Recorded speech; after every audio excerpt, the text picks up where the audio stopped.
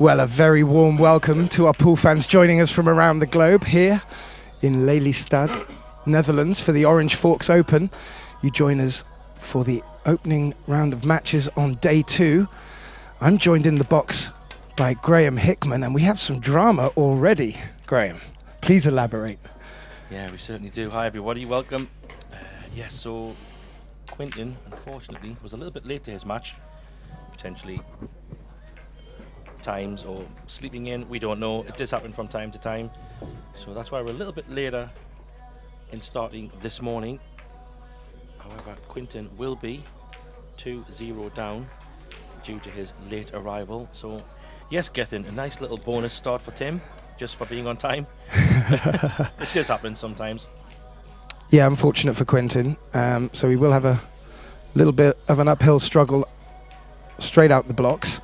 Tim obviously has been here for quite a while, warming up as well on the TV table, which will likely bode well for him. However, Quintin has been performing very well so far in the tournament. And these two Dutch lads are, dare I say, the second generation of players and third generation of Dutch players coming through the ranks. Yeah, we definitely have a very good depth field from the Dutch contingent, which is to be expected, of course. But yeah, very strong. And 2-0 isn't the end of the world. He's thinking, hey, I'm sure I've played lots of races with head starts. Yeah. He's got to focus on winning his racks. But that was his quick rack. And then they will get on with this pretty quickly. But as you see in the background, lots of other matches already underway as they're lagging for the break. Just to give you a quick update, we do have 3 other live streams all running simultaneous on our OrangeForks YouTube channel. And on the other tables we will have Niels Fayen versus John Abervane. We have Cliff Castelline against Brani Matti and Kevin Lenoy against Jan van Leerup. They're all on live stream now as we speak. But yes, it's me and Gethin, and we will be talking you through what's left of this match, I guess, if I can put it that way. There's still plenty to go, of course. Absolutely. And just to remind you all, and especially for our newcomers, this is a 9-ball event, race to 9. It's double knockout, double elimination. And we have a couple of rules in play. The 9-ball is placed on the spot for the rack, and we are breaking from a box. No 3-point rule, as Tim showing how he will use the fact that he's been warming up nicely and had a couple of breaks already, showing that with a good cut break on the 1-ball in the middle pocket. However, the balls have just finished a little tricky up on the cushion up there. It looks like he also doesn't have any look at the 2, really. I believe that was a push called, Graham. Yeah, not the most attractive of breaks in terms of ball layout. However, the 4-6 combo looks pretty straightforward, but that 3-ball is a definite problem. The only good thing could be, yeah, he's left the 2-ball straight open here. So interesting push out, to be honest, because there is a shot here, Gethin. He could try and get the 2-ball, pot the 2-ball and get the cue ball below the middle line and play a kind of a stop shot behind the 9 and double the 3, maybe a few rails. Oh, wow, he's gone for a bit of a whirl. He tried to just loads of topspin, try and open that 3-ball, but with the new cloths in the slide, it just doesn't. It's not going to play that shot. No, he does see an edge of the 3, but it looked like he was just getting rid of a bit of aggression as well, a bit of frustration from maybe combo, 3-4-6 combo. That's what he tried. 3-4-6 combo he tried for the edge, didn't he? Yeah, he needed to hit it a bit thinner. Well, their 4-6 combo is still there. Yeah, you can take this in the side, I think so. A couple of rails. So maybe that push out. Yeah, it's an interesting one, because I do think Quintin had a bit of a safety option after potting the 2, but chose to go for a bit aggressive. Well, he's played that very well. Yeah, he couldn't have put it better with his hand, really. No, it wasn't the easiest of cut shots into these centre pockets. They're not forgiving. Maybe a little bit of a stretch. He's switching hands. It's interesting seeing players do this a lot more often. It's very nice when you have that in your arsenal. I can't even hold the cue with my other hand. It doesn't feel natural at all, does it? It's my body. It doesn't stand right. But obviously some players are comfortable. Obviously certain shots. But Well, left-handed and got good shape on the 4 as well. It's never guaranteed off combination shots. no, he's not too bad. He can punch this off a couple of rails. Try and get middle table. Oh my gosh. He's had a roll here. Well, he had to load it with a bit more topspin and venom, and that's just made that pocket a little bit tighter. And as Graham alluded to, he has got away with it somewhat. Yeah, I don't think he can. I mean, he can definitely hit the 4 off one rail, I think. Can he go? Can he slide it off the near knuckle with a bit of left to try and just glance off of it? I think that's the shot, really. It looks like, actually, maybe he can go straight at it, but not pot it. I don't know. Oh, he could, but Wow. Try to fat it in to keep the cue ball as much as possible away from that side pocket. Not meant to be. no, that was fraught with danger. But he felt there was value in taking it on. Maybe there wasn't an easy safety available. Yeah, I think he was kind of forced into it. But Tim gets let off from that 4-ball miss. Well, interesting early signs, Graham. Both players getting an opportunity in this rack. So, although this is technically our 3rd rack, it's the first rack for the players today. So maybe just a little bit of early match jitters for the pair of them. Yeah, even though, Tim's warmed up a little bit, you still got to settle into the match and get yourself comfortable. Oh, goodness me, Tim. Tell you what. It's not a good sign early on that Quinton will be thinking, Yeah. hold on. You've just been here for half an hour warming up.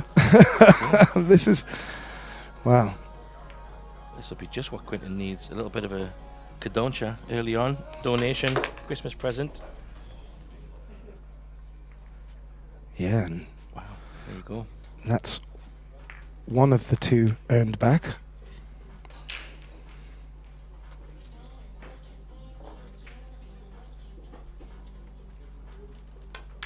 If he does, and he has potted that, Graham, and has brought the score back to 2-1, but that was a bit of an interesting tussle between the 2 there. Yeah, and it's very early on in the match and it's a small thing. However, it sounds a very, again, typical cliche, Gethin, but 3-0 to 2-1 is big, especially when he had 2 golden chances there to win that. So that 4, he's playing a bit of run inside and he just caught it too fat. But I did expect him to make the 8-ball. But hey, Yeah. It's what it is. It's in the past. He's got to move forward, and nothing's changed from Tim's point of view. He still needs to get 7 racks. That was what he started with. No, indeed. It is alternate break, which means even though Quinton did win that last rack, it was his turn now to break. And that, as we've been finding through the last few matches that we've been commentating, the alternate break isn't allowing one player to really run away with it, and that may play into Quinton's hands as well. So let's see how his break's working for him. He's made the 1 on the cut break and a 6. 2 balls have gone in play. The 2's even threatening to go in where the 1. Well, that's a good opening break. Not the easiest of shape on the 3, but that's good promising signs. Yeah, I mean, that 2-ball, that just hung up over the side pocket. That would have been happy days. But he does. I don't know if he's going to... Looks like he's going to miss the 4, so I think he's going to miss the 4. Maybe not.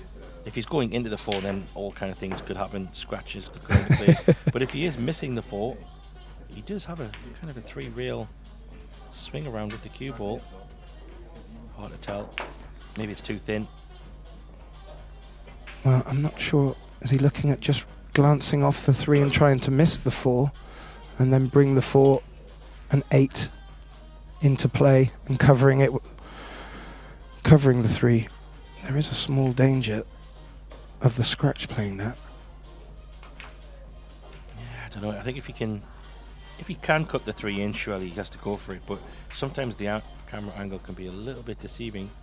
Maybe he's playing in the bottom left. That's what it looks like, Graham. Going a couple of rails.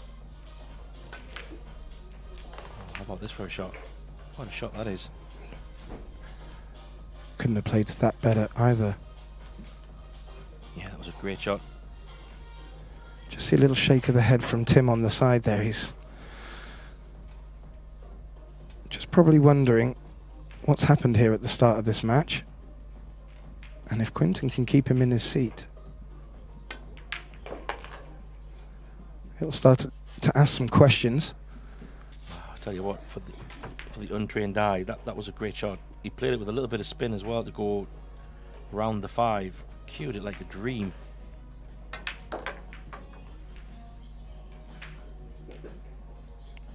Yeah. Pull up a little bit. He's okay. He's left enough of an angle. He could even play the 8 in the top left just because of where the 9 is. He can come back, but he can go below the 8 as well if he wishes.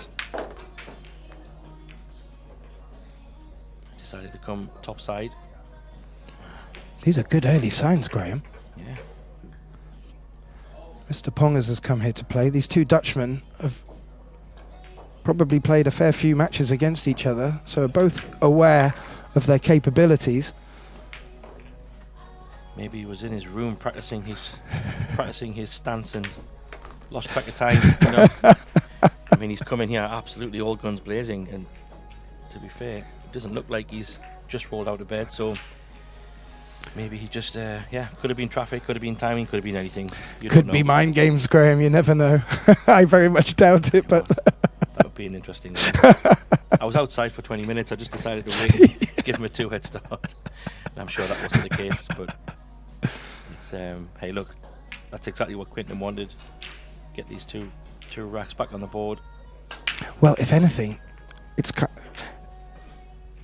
having to rush straight in, put your cue together and start playing. It does eliminate any factor of things like nerves creeping in. You're just thrown in at the deep end. Yeah, and actually there's another point as well. Could there be a moment that Tim might have thought, Quinten's maybe not coming? Yeah, so he's just switching off, thinking, well, I'm going to practice for another 20 minutes, and then that's all a great of a point. sudden he comes in and says, wait a minute, I've got a match. Well, you could see him warming up. He was finding it hard to keep himself motivated, you know, and there was a lot of conversations and chatter going on around the table as well because of the situation. It's an interesting point, Graham. I like that. Switch mindset, but hey, I'm sure now he knows he's in a match. Oh, he's... So. This 5's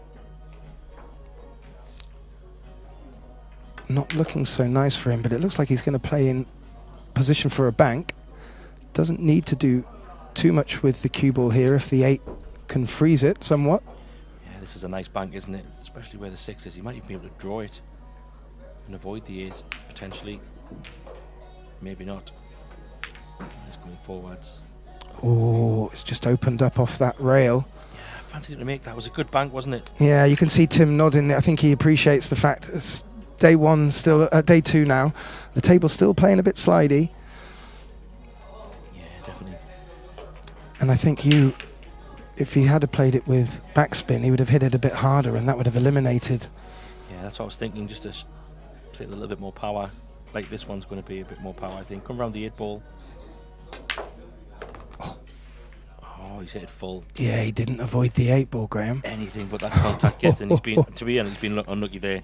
Anything but that kind of contact, and he has a shot on that 6. Well, this will be a jump shot and a half. Yeah, it looks like it's a full ball snooker, which means he's going to go airbound right over the center of that 8 ball. It's a big jump. There's also another shot here, depending how he catches the 6. Getting would be, if he catches it quite full, it could go rail first into the 7 and then into the corner, because he doesn't want to catch it too thin, so the cue ball jumps off the table. So he might lean to go a bit thicker. That's a good shout. Let's see what happens. Oof. Caught it too thin. Well, he did. He was definitely going directly for the pot. He was. And that's left the 6 over the corner pocket. Yeah, it was a good jump, but you feel a little bit hard done by after such a good bank shot. But another chance for Tim. You kind of feel he has to take these. So it's good. This would be good for Tim to settle down if he can take these. Yeah.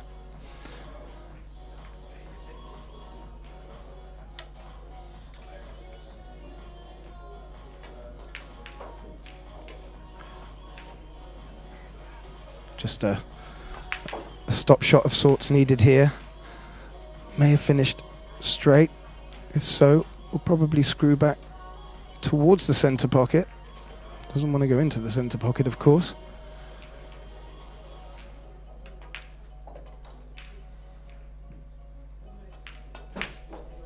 Yeah, he's just taking a bit of extra time over it.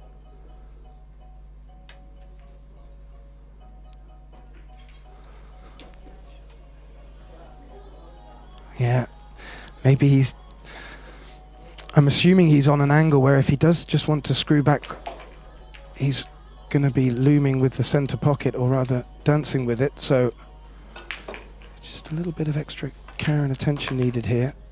And he's decided against screwing back off of a long rail, which just makes this pot a little bit trickier. Yeah, I think he just wanted to take away any risk of a scratch altogether. It's one of those funny angles where you can just draw it straight in the side. But a bit of pressure on this.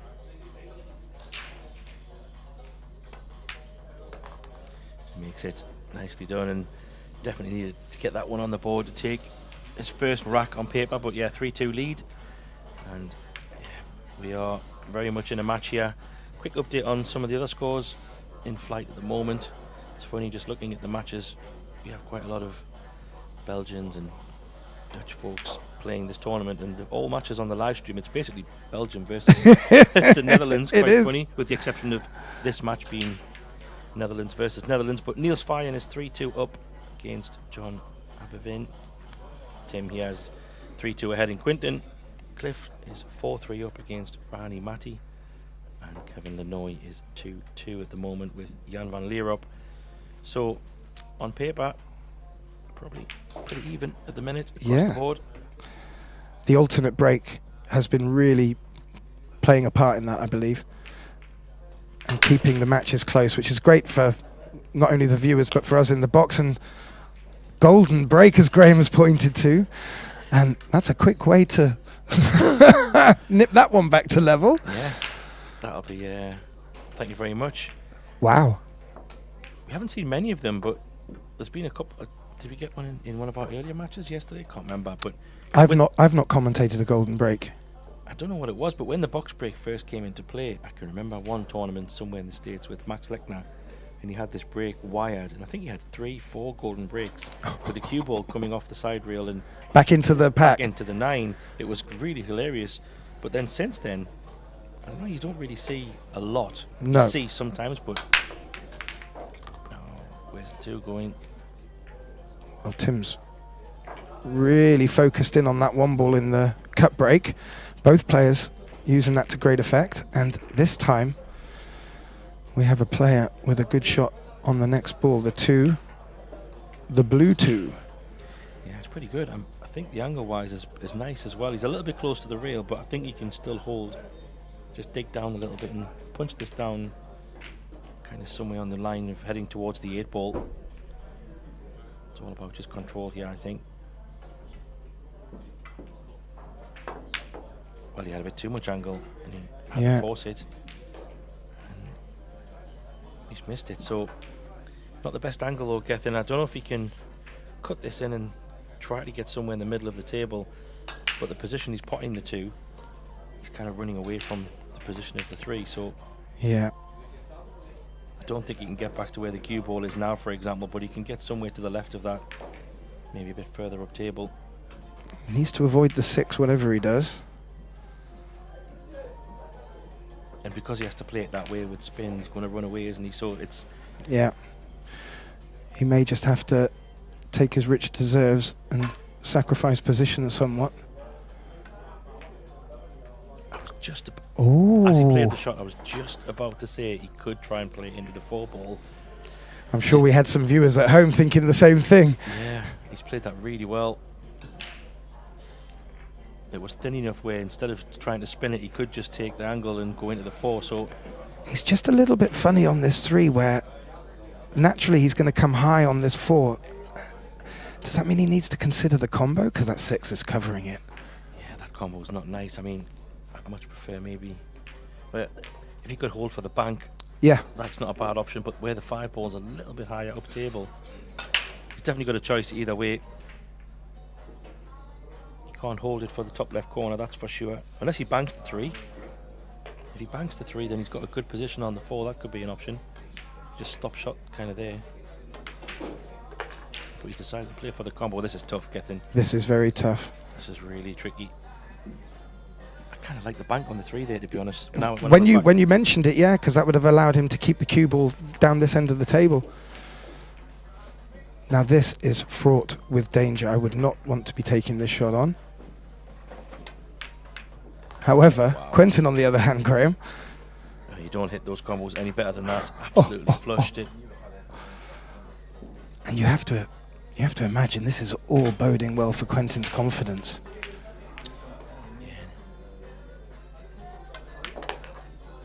Oh, hello, where's that going? Oh, Quentin. Does the 7 still go? We'll see from the other camera angle, maybe. Well, Tim just raised his head, maybe sensing an opportunity could be coming his way. So yeah, that 9 ball has just run into a pickle there. Yeah, you see from that angle, it does look like it might go. So he's going to have to come quite low down though for the 7. Maybe parallel with the 8 ball. Oh, he's tried it on the other side. Well, how'd you like that? He's got another problem though. Can he get back to the same place for the 8? Yeah. Well, that will be very fine.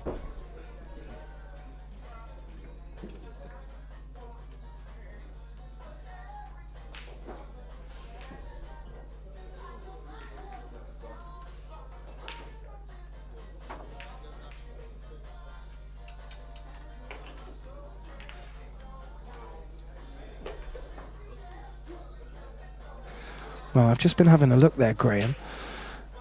I think he'd have to load it with some screw back and try and rest it back on the cushion, and he could still have an angle. Oh, he's able to drag it. That might be okay. Yeah, I think he might have a shot on it, but it was one of those ones where, because he had to jack down and jack up a little bit, he was always going to pull the cue ball a bit closer to the corner pocket, which has shortened the angle a little bit. But it is on. It's thin, of course, but I don't think the scratch is on. So if he just concentrates on the pot, it looks like he's trying to draw this in. Maybe thought it was kind of a natural short reel, a long wheel short reel. Oh, how was the pace? What a great shot! Wow. Tell you what, he's playing well. He's playing very well. Absolutely. And what started off due to a late arrival from Quentin was a 2-0 deficit. It now looks like Quentin has put himself in position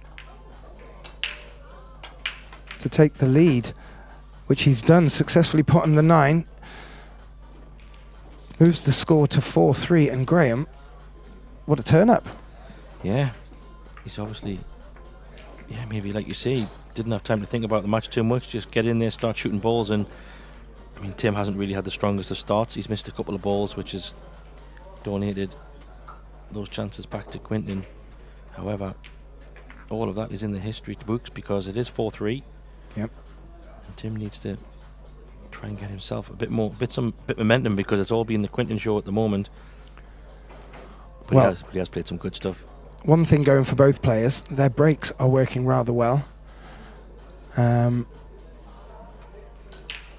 Although it is Quentin's break now, it would be interesting to see how the cue ball sits, because they've not always been getting away with a shot after the break. Yeah, let's see. Keep an eye on that 1 ball in the side. Maybe a wing ball. Oh, he's run into the 9 again, Graham. Yeah. He's finding that 9 ball, just like you suggested. And he's got an interesting shot here, Gethin, because if he's pretty straight on this too, and he's got to jack up just a little bit, but he could play a kind of a stop shot here. Just makes it a little bit I mean, he could always run through, but I do think the 3 goes past in the corner. He's looking at, maybe it doesn't. It looked like it went from that angle. 7's maybe just. Yeah, I think you're right. He's just was just looking at the line of playing the 3 into the bottom right pocket, and was probably looking at which side, if he wanted to finish high or low on it, to be able to hold shape for the 4. But that wasn't the easiest of shots, and he's made that look rather easy. He's queuing like a dream at the minute.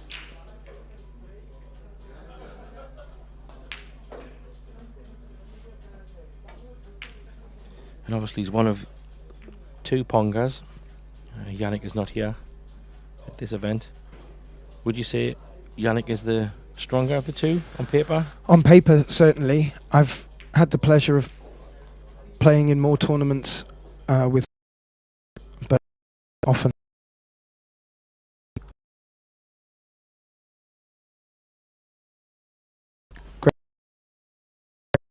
believe and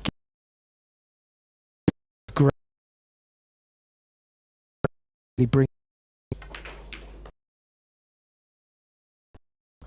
and perhaps his confidence in the game, because I am very far from Quinton. Play in the He's looking very composed. And he seems to have all the shots at the moment. He's played everything from bank, combo, kick in, the bingo card. gold. And we're only on day 2. Exactly. I might give this a 2 railer. Spin this around a couple of reels. Needs it to run a bit though. Yeah. A bit short. He had plenty of space there as well. I mean, he could have went to the 3rd reel even, still been okay. So that was a bit of a miss hit, a bit of an under hit. Makes this 8 ball a little bit more, I'm not going to say twitchy, but the cue ball's definitely travelling a bit more than he would have liked. Yeah, you could see him just taking a little bit extra time cueing the chalk. It's great to see how they manage their composure. Yeah, it's interesting. Just looking at Tim, body language, he's a little bit slumped forward there. Yeah, he seems a little despondent. And that's not affecting Quinton in the slightest. That's a good demonstration of confidence there. Yeah, 100%. And I tell you what, danger signs here for Tim. Quinton definitely has his tail up. Yeah. Flying. That was a good run out. It was a very good break, and he reaped the rewards. That 2 ball at the beginning was definitely high tariff, but cued it in. Very nice indeed. Solid stuff. Yeah, the last few racks have been a pleasure to watch, and can't imagine what's going through Tim's head right now as he racks these balls up for our 9th frame. However, he will be looking to capitalize on a good form of breaks he's been having. He, again, like Quinton's been successfully finding this 1 ball in the middle pocket. Needs to start turning it into some numbers though, Graham. Yeah, it's a pretty good hit. He's going to have a shot here. 5 ball straight away looks a bit of an issue. And where the 3 ball is to the 4. Yeah, this 5's going to be a bit of a challenge. Depends how he gets on the 4. Of course, we're thinking a few balls ahead here, Gethin, but I'm sure Tim's already thinking, right, I need to get on this 4 ball in such a way. 5 does go in the bottom right, same pocket as this 2 ball. But it's a little bit more tricky. So this tells me he's going to play the 4 on the short side, on the left side of the table, potentially. Interesting. Just wondering how flat he is on that 3. Yeah, I don't think he can come down. He's definitely going to go down the side he's standing, but then that tells me he could be quite low on the 4, Tim. Tim could be low on the 4 here, Gethin, because he's going to play it in such a way. He's trying to go 2 rails. Yeah, that slide was always going to catch him there, I think. Yeah, and I felt if he was trying to do it with just 1 rail, that 8 was still going to come into play. So he's actually not finished too bad in the fact he hasn't snookered himself. Yeah, he's going to put Quinten in a whole lot of trouble here. Would you play a little bit of a harder shot, just to bump the 7 a little bit to make the 5 more potable? Or would you just not risk that and try to put him up right behind soft the 5 and the 4, the 5 and the 7? I would want to roll up against the 5. If you got the bump, that's a benefit. It's just ensuring that you don't give Quinten a jump, because both these boys are fully capable of jumping. Yeah, he's got to be bumping the 5 here a little bit. Oh, he's not. It's all He's gone not. wrong. That's really surprising. That was for Tim. That wasn't a difficult safety shot. He knows it. Yeah. He had a golden opportunity to put him in a whole world of trouble and bump that 5 in a more potable position, and now he could find himself in a spot to bother. Well, the way Quinten's been playing, I wouldn't be surprised if he takes this on. Well, to get on the 5 is going to be tough, but he could go 2 rails and try to sneak up behind the 6 and the 5 here.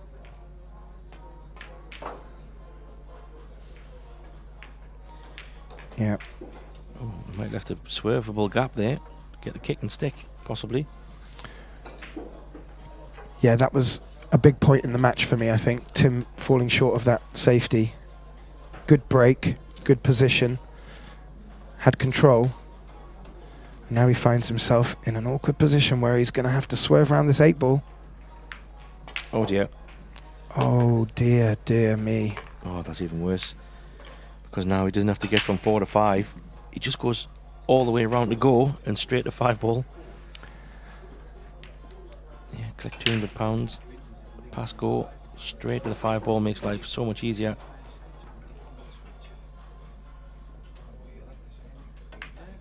Yeah, when it rains it pours, I guess. Yeah, and it is a case of that indeed. And Tim's done everything right, getting here on time, practicing, putting it together, and Quinten's just turned up and has turned up with some venom. Definitely has. He's brought the firepower.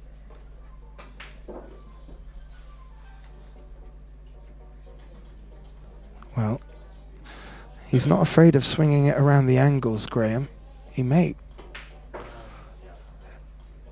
aim for 4 rather than 2 rails here. Yeah, I think you might try and do a bit of a drag shot here and go maybe 3 rails even. He's going to have to get into it a little bit, because if he puts it normal, the normal angle, the cue ball's going to not come where he wants. So yeah, he's going to have to dig down and try and draw it into the 3rd diamond maybe. Needs it to slow up a little bit. It's going to go into the 9 here, so yeah, hopefully wow, that looks like you might have to play this a little bit harder, because it's one of those ones where you could push the 9 straight into the side rail and then you might not have a shot on it, so a little bit more pace might be his friend here. Yeah, to ensure that if it does go towards the long rail, it comes back off again. Yeah, unless he's flicking off the 9, but maybe a little bit of pace on this one. Yeah, I like that. That's exactly what he's done. Very well done. Maybe a little bit too hard, you could say, but he had to play it that way. Otherwise, you run the risk of not having anything. Just makes this a bit more tricky, though. Yeah, exactly. Potentially playing to a blind pocket. Left-handed. Yeah, but playing into these long rails, it's got much more chance of putting it this way. I think so too. Just pocket speed. I wouldn't be drilling this one. Oh, flushed. There you go. A little tap on the table, but I don't think he was fortunate there, to be honest. I think he played that the right way. I did, and after a great break from Tim and a poor safety by all accounts, has been punished, and he now finds himself trailing 5 racks to 3. And you were just pointing out some scores that were updated. Sorry, 6 racks to 3. You were just pointing out some highlights on the scores. Yeah. Some surprises coming? There's a bit of a battle going on with Niels Fayen and John Aberveen. He's 4-3 up at the moment on Niels, playing on the other live stream table. And Cliff is taking a 6-5 lead against Rani. And Jan van Leeuwen is just ahead 3-2 at the moment on Kevin Lanoy. So You'd probably say, well, it is even. Yep. Belgium versus the Netherlands, but I think looks like there's a few battles going on other tables as well. But back to this one. Oh, it got kicked in. Then 9-ball nearly went again. It did. Wow, well, this one will be over very quickly. Yeah. You might even play a 1-ball 9 combo. It sounds crazy if it's not on the corner. Yeah, and there's a 2 balls there anyway. Acknowledged by Tim with a tap on the table there. Unfortunate that the 9's finished where it has. But this could be just what Tim needs, Graham. Well, it's not just, it is. It is what he needs, and hopefully he can, you know, thread that cue ball in between the 8 and the 6.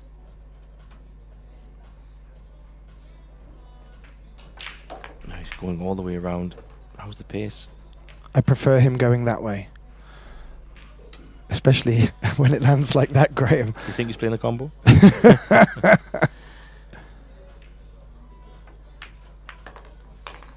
Yeah, very unfortunate there by Quentin in that kick in the side.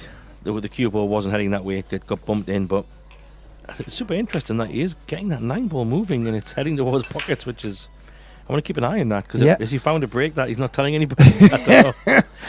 It's interesting. And if any of you want to take another look at that, you can always, after this event, watch the matches back on our YouTube stream, OrangeForks Productions. If you're watching this or any of our other 4 live streams, please do like, subscribe and share. Spread the word. But on this TV table, you're blessed with some commentating, some insights, and the highlights of what else is happening on the scoreboard. The blessed? Yeah, subjective. maybe people prefer with the sound off. Oh, did you see that? Tim might have been watching Quentin's break because that cue ball was coming back into the 9-ball as well. Oh, wow, look at that. Could it be a little bit of twist and turns here? Maybe. That 2-ball just come to the rescue because there was an open shot on the one.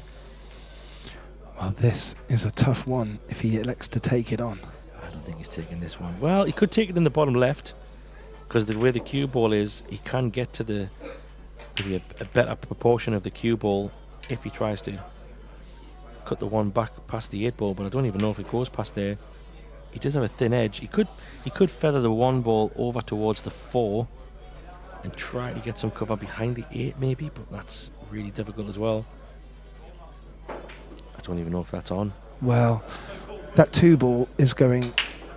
The 2-ball that's frozen to the cue ball will ensure that his cueing is going to be difficult, whatever he plays. That may dictate which type of shot he decides to take on here. Yeah, he could try to play the 1-ball pretty full just past the 9 and try to get that cue ball over to the left side of the table. Kind of hit it pretty straight if you can. And he went for the thin edge. He did. He went for your call off the 4. I just don't think that was on. It was really, really tricky.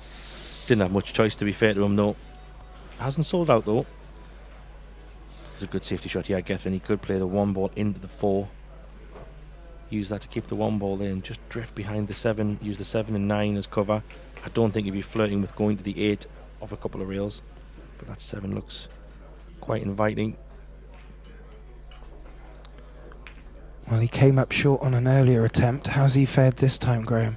Short, you said it again. Oh. That's a bit of a miss, that getting. He had a lot of space there. Even if he ran past the 7 by, you know, a diamond, he still had a bit of time, a bit of space.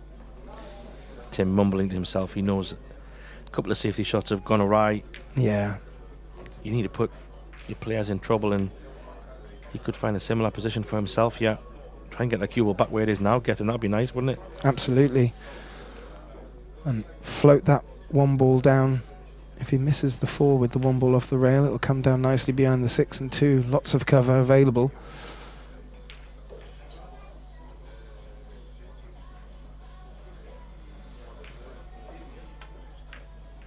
How's the pace? Ooh, friendly little thin edge off the 9. That will work. Jump cue could be coming out here. Maybe, I don't know if the kick is on. Doesn't look like it. But this, if that is a jump, all things could happen here. Yeah, the 7's quite close to the cue ball. It's also close to the object ball he needs to jump over. Fraught with danger. He's looking at the 2 rail. Nah, I think he's looking at the 1 rail kick and the. Is he thinking, can he kick it? Oh, he's going 2 rails maybe. Good call, Gethin. I mean, this has got scratch written all over it for me. It has indeed, Graham, but maybe forced into this. Yeah. I mean, that was just so difficult. Is he going to get anything safe? Nope. No. So you could argue poor safety play again is letting Tim down. He's going to need to turn that around. Yeah, still this is winners round 2, so we have a loser side as well. Not to say that this is end of the road for either player, but they still have another shot, whatever happens. The 3 ball is going to be the challenge here, because I don't think he goes past the 8. He has just played a combo not long ago similar to this, but he does have an angle here. He could, might look a little bit thin, but I'm wondering if he could dig down with bottom right above the 5 ball and try and pull that cue ball back down below the 3, but it's a tough one with this new cloth. If he can do that, we'll tell by his cue action. He's trying it, I think. Yeah, this will be a pretty shot. Look for the banana on the cue ball. Is he going to get... Oh, he's got there. He's got there. Oh, what a shot. That's incredible. And he's up. He's ball in hand. I mean, he couldn't put it any better, really, could you? Goodness me. Look at Tim still laughing his face. Smiling. I mean, you've got to appreciate that was a good shot. Yeah. Incredible. Just do a little... Just kill it. Yeah, everything seems to be going right for Quinton at the moment. Golden breaks and some wonderful position shots from positions you wouldn't expect. That will all be adding to the frustration for his opponent.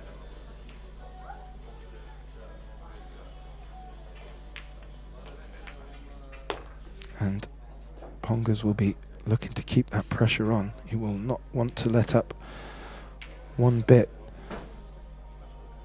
Now, where the 6 is positioned right now, he may need to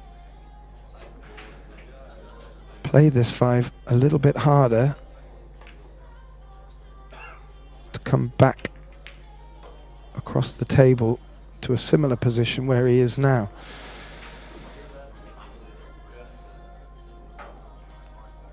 Tricky shot, but where the 6 is, you feel he needs to get back over the side of the table.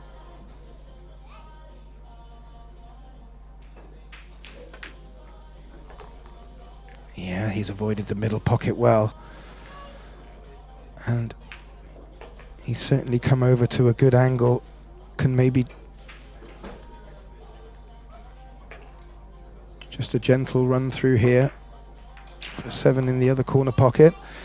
And this is good. Signs still continuing.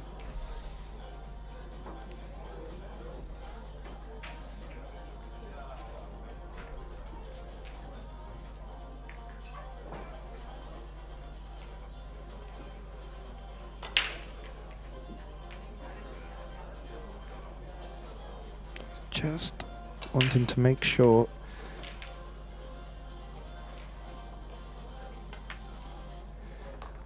yeah, anywhere off straight.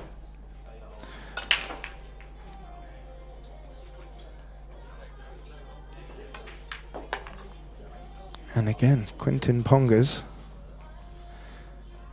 is going to extend his lead here in this race to 9 alternate break format. Quinton Pongers takes a 3-rack lead now, leading 7 racks to 4. And for those of you at home who are just joining us, we had a little bit of drama at the start of the match due to miscommunication or a mistake. Quinton arrived slightly late for his match and faced a 2-rack penalty. He was allowed 1 rack to warm up and then just had to jump straight into it, and it's not done any harm at all to his chances of winning this match. No, very much not. He came in all guns blazing, and I have to say he's definitely earned the right to be in the lead. And let's keep an eye on this 9 ball, Gethin, because breaks wise he's been getting it moving.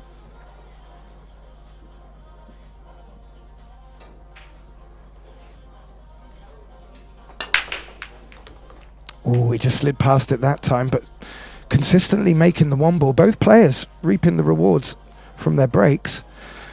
But at the moment, only one player really converting them. Good spread of the balls here, and nothing is really looking like too much trouble for the player.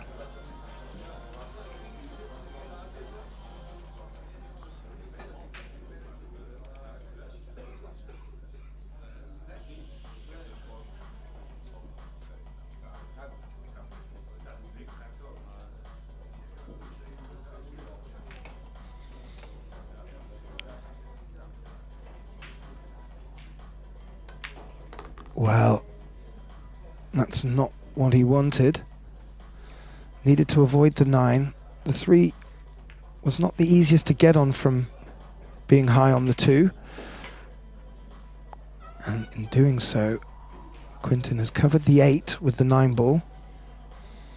Although both players will happily combo that. But this 3 is no gimme, and Quinten may be forced into playing safe here.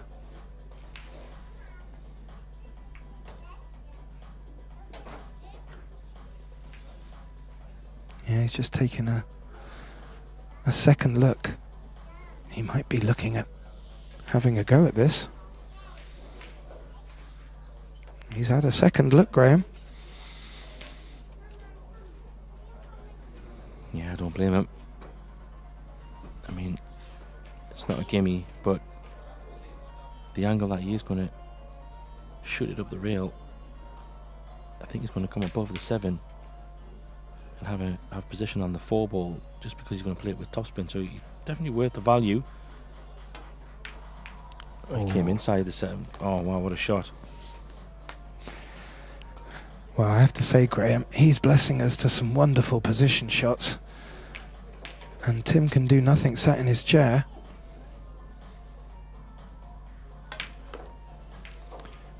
And what looked like a tricky situation he'd put himself in, he did exactly what he needed to do to get out of it, and now finds himself in a very nice position for another break and run.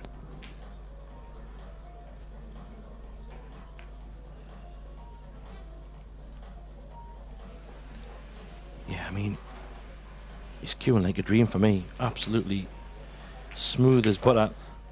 Yeah. And clearly the confidence is brimming, taking on every opportunity. Very reluctant to go safe. Has only gone safe when he's had to. And flirting with the middle pocket there. Yeah, he's done that a little bit more than he wanted. He's still okay. But tell you what though, Gethin, if he can continue with this kind of confidence and this type of form throughout the rest of this weekend, he's definitely one to keep an eye on. Absolutely.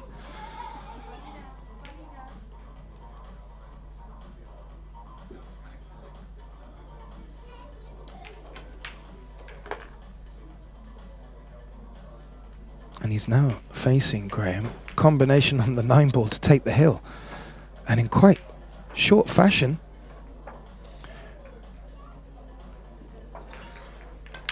Quinten Pongers of the Netherlands reaches the hill against his fellow compatriot Tim Jonkman. Tim's just taken his break, and I think it's the very well needed. Try and maybe just take a bit of rhythm out of Quinten. But I don't believe it would have mattered who was sitting in the other chair. Quinten has done most of the hard work himself. Yeah, fully agree. And when we look around the room, I've just gone for a quick drink, not a quick timeout. So very quick timeout. Nothing too invasive. But yeah, quick updates just while they're setting the balls up. Niels Fayen and John Aberveen 5-4 to Belgian at the moment. Bit of a battle going on there. And also Cliff Castelline, he is 8-5 up against Rani Mati, so he is already on the hill as well. And Jan van Leerup. Bit of a slower match there. 5-2 against Kevin Lenoy. So still some pool left to go there. Many of the Belgians here joining us are from Café de Clock in Oostend. Great bunch of guys, have a lovely tournament down there at the beginning of the year. And they do put in the effort to get along to the other big tournaments. We do enjoy their presence here. And clearly they've come here to play as well, indicated by the tough matches the Dutchies are having here against them. But we bring you back to Tim, who's had a successful break, but sadly has left not a lot on this one ball. And if he really needed a break, this is the time he needed it. So if he's going to play safe here, which I imagine he will do, he's got to be pinpoint and not repeat what he's been doing so far. Does he go for an aggressive bank here? I think he might have half thought about it. Because he wasn't really getting any cover, so he could have played thin off the one as well, so, but he hasn't really left anything. I don't know if there's a, I don't know how you can get the one ball out of that traffic down table and keep the cue ball in a hidden. I mean, he could play a very slow roll on the one and flick behind the 6-7. Yeah, I mean that's just a bit wild, but might not be any much other options. I mean, he can kind of cross bank the one away, kind of shoot the one just down the side of the 9, and try and get the cue ball down below the 9. But the one ball is going to go into that wide open space of the table up on the top left where there's not really much cover. Maybe he's looking at that slow one. Well, I also, maybe he is looking at the slow one. I was also thinking he was looking at your shot, but loading it with a bit of top left, so the cue ball throws down maybe into the 7. But maybe he's even looking. I think he is playing a slow one. The reason why I think he is just because the 6 and 7 are so close to each other. Yeah. I'm sure there'll be some parents out there when we say 6-7, you know. Don't. I had to bring it up. I had to say it. We've got daughters. I'm sure everyone's having flashbacks at home now as well with young daughters. I apologise. I will remove myself from the commentary booth and I will go and talk to myself outside. But yes, it's always good to have some fun while we do these things. But this slow roll was going to be, this is going to be an interesting one. Well, he's had a few looks at it now, Graham, so he's clearly looked at a couple of options. It doesn't look like he's approaching it to hit it slow. Is he going to load up on the 9? What on earth? I think he was hoping to catch an edge of that 9. I was alluding to it with a little giggle earlier, but you brought me back to reality. And then... I mean, I'm 8-4? Speechless. 8-4 on the hill? I get it, but... I mean... 8-5 can turn into 8-6. 8-6 can turn into 8-7. I just think. Anyway, hey, look, I'm not going to criticise him. It was maybe a bit wild. Tim's not giving him enough to worry about it. To be fair, I don't know, but that was a brave or ambitious, should we say, shot, and it's given Tim a look at this rack. He didn't want to hit the 5 there, which has just taken the pace out of the cue ball and left this as a trickier cut. But Tim will be thinking to himself, he needs to make the magic happen now. He's avoided the traffic. Very good. A couple of good shots there. That one wasn't easy, and that 2 definitely wasn't easy. So this will be a good run out for Tim here if he can get good on the 5 to come back down for that 6, 7, 8, and 9. All pretty much near pockets really. So it's all about the 4 to 5, 5 to 6. How's the speed? It's not bad. That'll work. It's not too bad at all. You can do something with that. Even if you went into the 9 ball, it wouldn't be terrible. He needs to be low on it anyway. But I think, I don't know, Gethin, it's a funny one. He's looking at it from, say, the 9 spot, centre the spot on the table.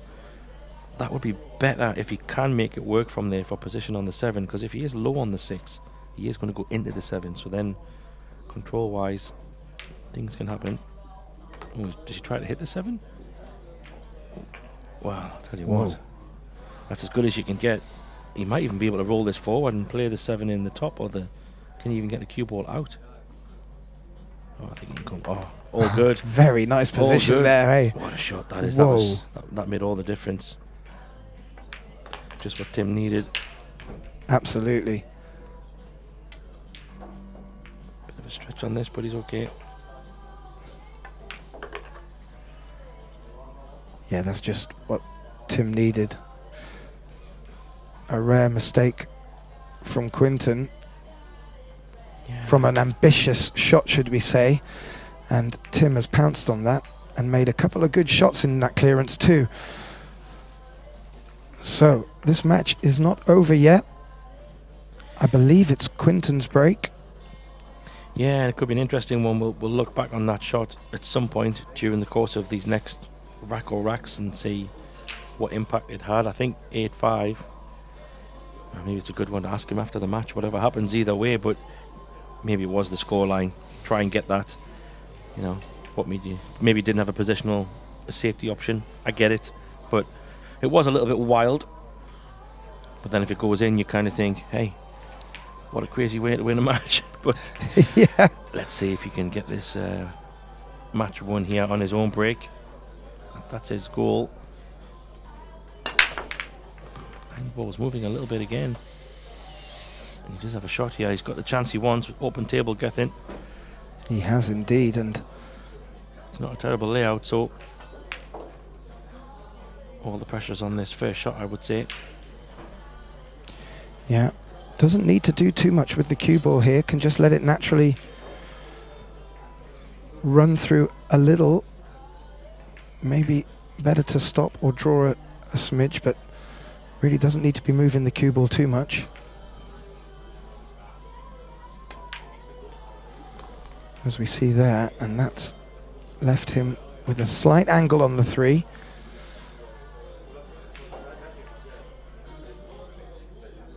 But you feel with good shape on the 5. This could be the opportunity Quinton needs.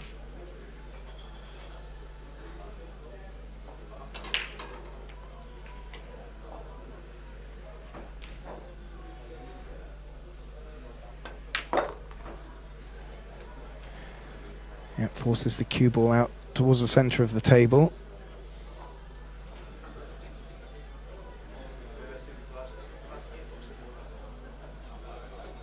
Just needs to be sure with position on the 5 so that he can so he doesn't need to do too much to get on the 6. Just like that. Yeah, I mean, the easiest position is obviously playing the 6 in the top rather than flirting with sending the cue ball too much, because he doesn't want to land wrong on the 6. He could kind of leave the cue ball similar to where it is off a couple of rails. Yeah, that's what he's tried. He needs to pull up though.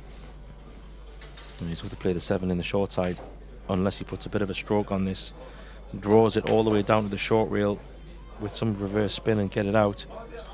Otherwise this is a top spin shot up to maybe the top diamond, somewhere up there, just to the left of the 7. Don't think he can punch this out. You don't. It's tricky. I mean, he might be able to, but he'd have to really thunder it in. He might be going for the big draw shot, maybe. Let's see how he lines it up. There you go. That's as good as he could have hoped for, I think. He didn't do too bad, but this is also a funny one because I think he's going to hit the 8 ball there. Get it? If he is, then it's a dead weight shot for me. Drop this in. He definitely can't hold it as a normal kind of draw shot, I think. Well, this is the perfect angle to have a look at it, and I think he is going to brush the edge of it. So that for me tells me it's a kind of a draggy shot. You really don't want the cue ball to travel far at all. There's pressure on this one. He knows this is the match right here, so and those cutbacks, it's so easy to catch them thick, over thin. I mean, he has played a similar shot before where he played it with pace and went all around the table, but it's a bit of an ask on this one. Maybe how he's queuing up might give us an indication. Is he building up for it? I don't know. Maybe. Power shot, maybe? Maybe to avoid the 8. No, he thought he was going to hit it. Yeah. But that's the different danger for me. You had to play it slower because the cue ball was going to run away. Well, this is a big shot.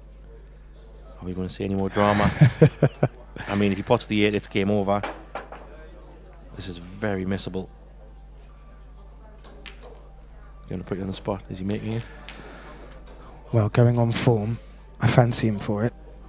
But we are at a critical point of the match, and Tim made a similar shot to this to win his last rack.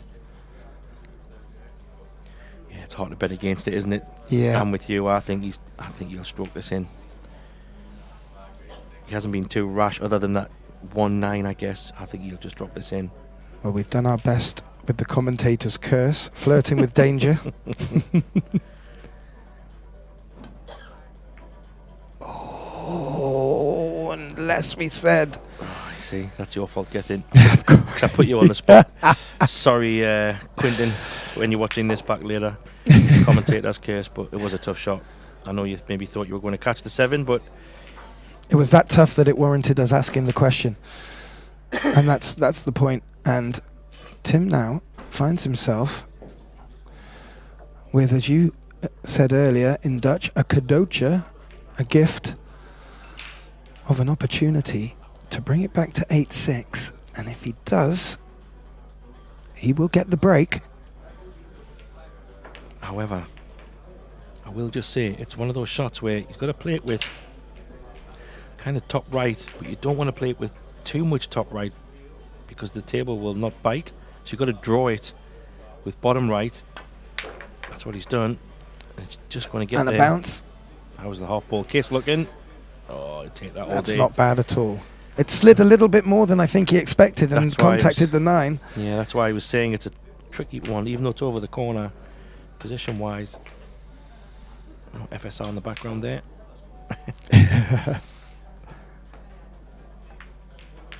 Yeah. So like I said, 8-4 can turn to 8-5, 8-5 can turn to 8-6, and that's the first ball Quinton has missed, I would say, really, if I can say that.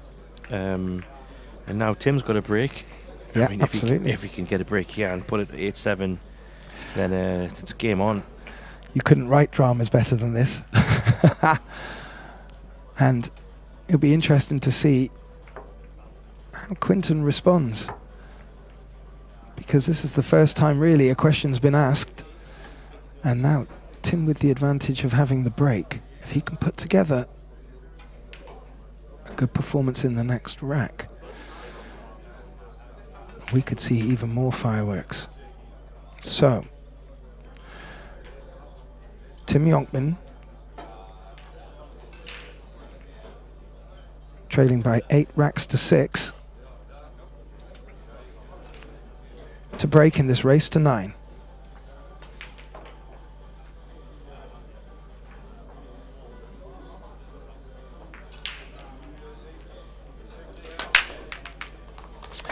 And both players still being successful with that cut break.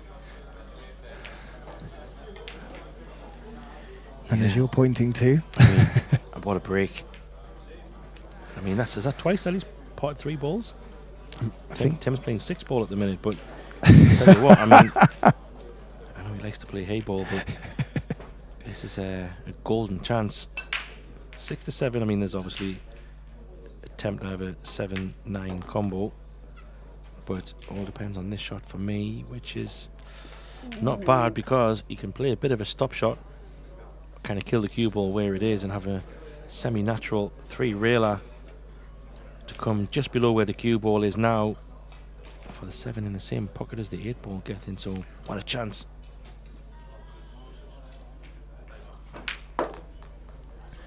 Well, this will be a question of pace. You know, Tim will know this. There's a little bit of pressure on this pot.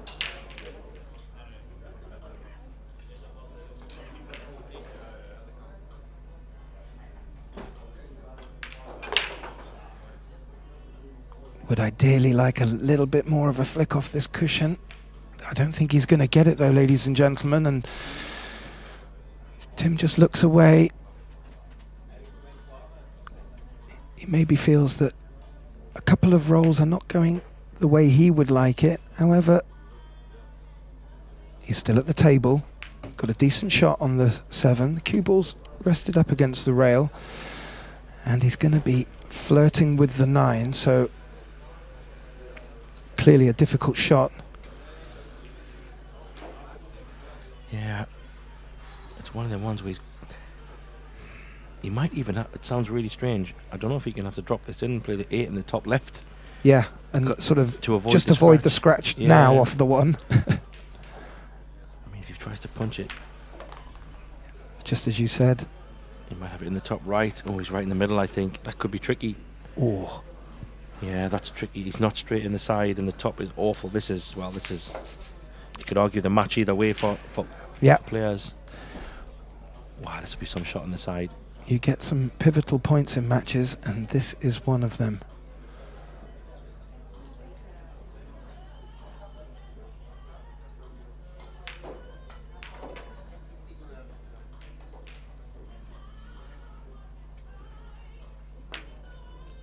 He's missed it. He has, and he's hit it at a pace that's thrown it over towards the corner pocket, and you...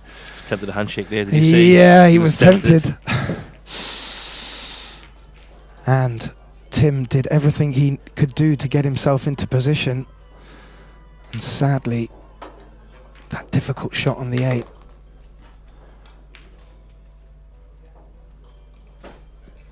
Proved a bit too much, and Quintin Pongers, who joined this match with a 2-0 deficit, has taken the win against the Dutchman Tim Jonkman, 9 frames to 6 in this race to 9 opening rounds of today's play. And just to give you a couple of updates on the other tables before we leave you, we have a lot of Belgian-Dutch affair. And just to give you the highlights, it looks like Niels Fire has now got into the lead against Belgian John Albeven. He now leads 6 racks to 5. We obviously have a result on this table here, but on the other table, Kevin Nanoy is trailing now 6 racks to 2 against Jan van Leerop. And the other TV table that looks to have just finished would have been Cliff Castelline, and he was taking on Rani Matti and successfully won 9 racks to 6. And just to give you a little update on our table here, next matches will be starting at 12 o'clock our local time. That's in about 35 minutes, so please do stay tuned. If you want to keep watching more action, check out one of our other 4 live stream tables, and please do like, comment and subscribe. And coming up on this table next, the young Dutch hopeful Mika van Berkel takes on Nicholas Dorr. So a good match coming up ahead. I would just like to extend a big thank you to my colleague Graham Hickman for joining me in the box. Been an exciting match. My name's Gethin Davis. Look forward to joining you soon.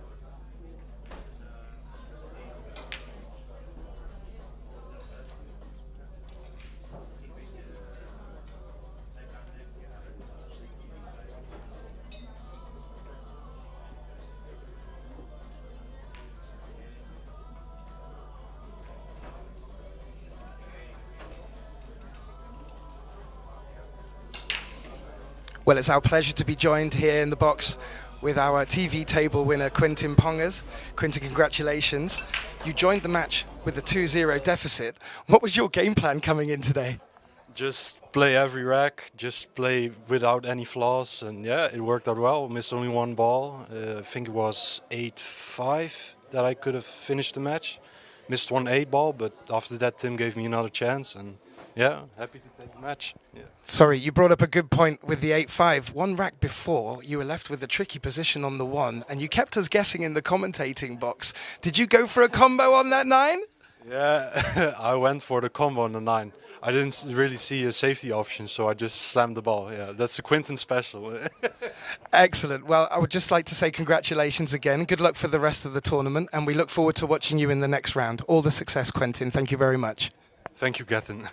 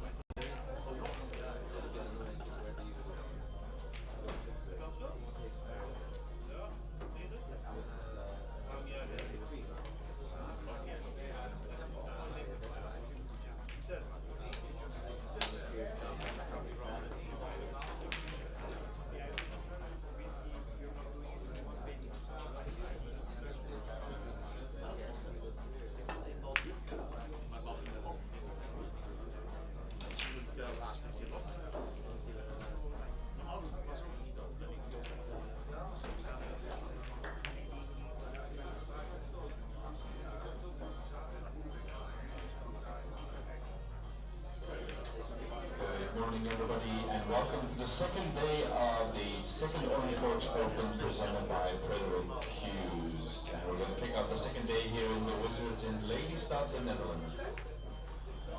For the players of the 11:45 round, you can check on which table you have to play over here, and we are asking all the players just to come to the tournament desk and announce that you're in the venue. So just check in with me before you start your matches. I will start them in roughly 15 minutes. Last are ready for their 11:45 match. Starting today, we will be enforcing the two-ball rule, which means that during the racking, you have to put the 2 on one of the 3 bottom corners. Once more, you have to put the 2 on one of the 3 bottom corners during the racking. And of course, it's rack your own.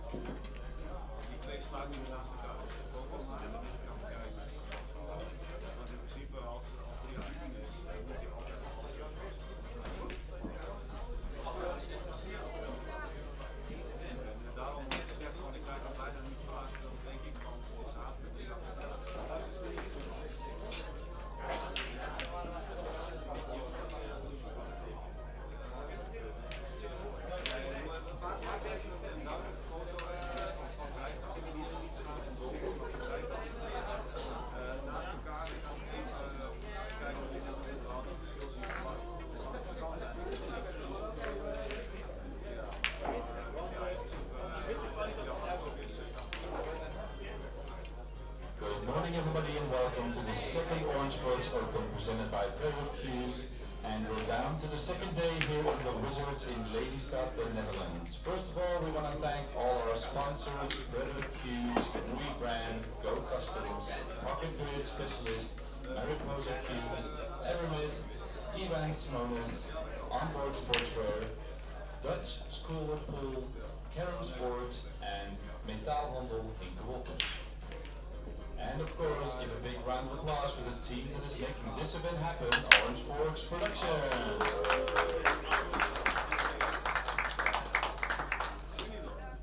Same as yesterday, we are still checking on the dress code if you're participating in the event, and the format stays the same. It's 9-ball, double knockout to the last 16, and then single knockout, and we have a participant.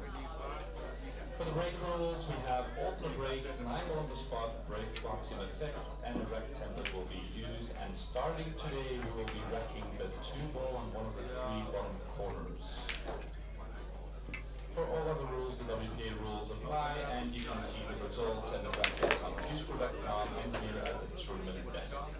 Don't forget, we've got 4 live stream tables over here, so share it with your friends and family if you're playing on them, and you can find them on OrangeForks.com and on YouTube if you look for OrangeForks. With that, we're going to announce the first matches of the 11:45 round.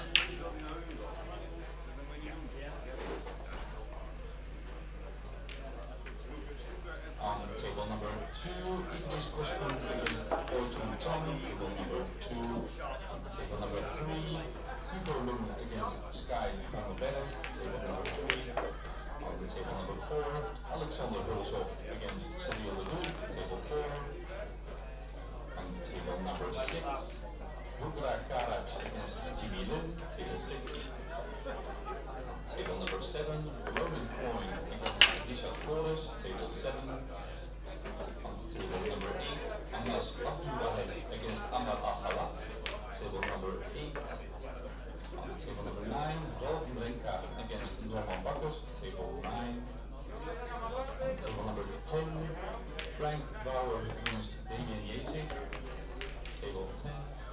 On table number 11, Sabri Manla Ali against Hassan Osman, table 11. On table number 12, Johan Vallee against Ryan Qatari, table 12. Table number 14, Michael Kurman against Samuel DiMaggio, table 14. And on table number 15, Oran Gwen against Alan Brown, table number 15. Once more, losers round is raised to 8. And racking, for the racking, it's the 2-ball on one of the bottom corners.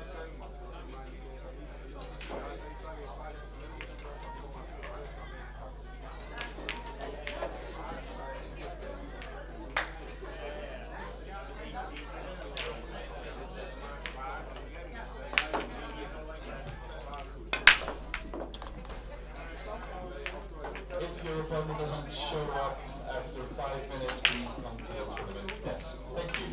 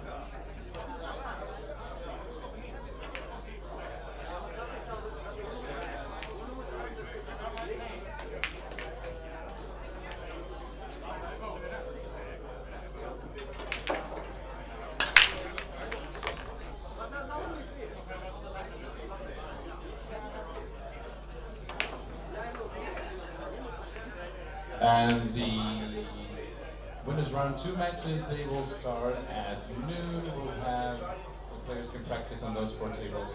They are available now.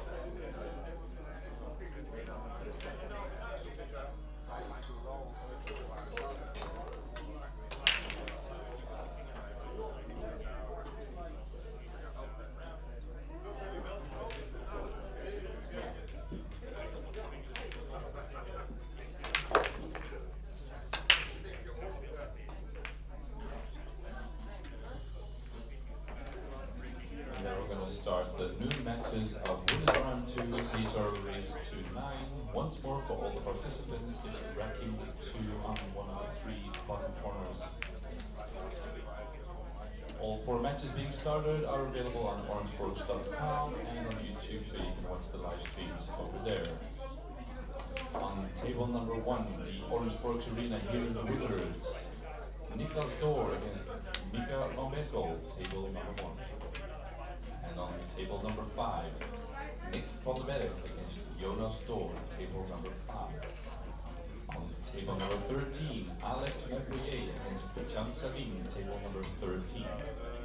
And on table number 16, JJ Fowl against Mohamed Soufi, table number 16.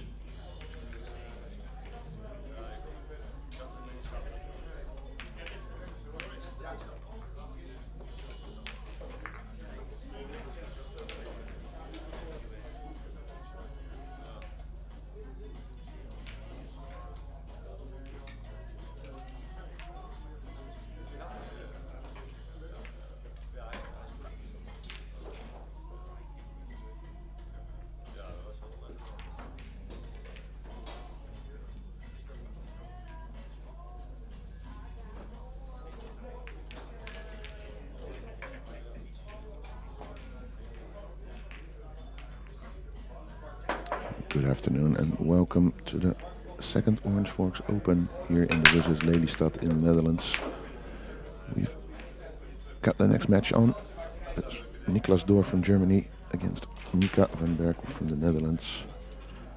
Mika made the final last year, losing to Petri Makkonen. And joining me here is Joris van Amersfoort. I'm Kevin Dijkstra. Welcome, Joris. Thank you, Kevin. Thank you. Nice match we have here. Niklas Door and Mika. Mika, the younger one of these two guys. Niklas Door, 24 now.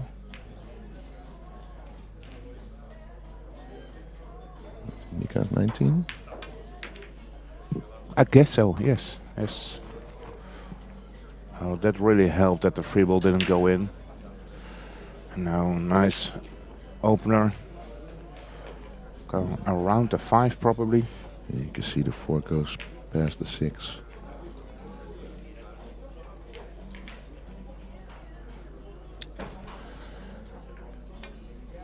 So at the moment we have 4 live streams going on. This main live stream is table number 1, and on the other live stream we have Niklas Door twin brother Jonas Door, and he's up against Nick van der Berg.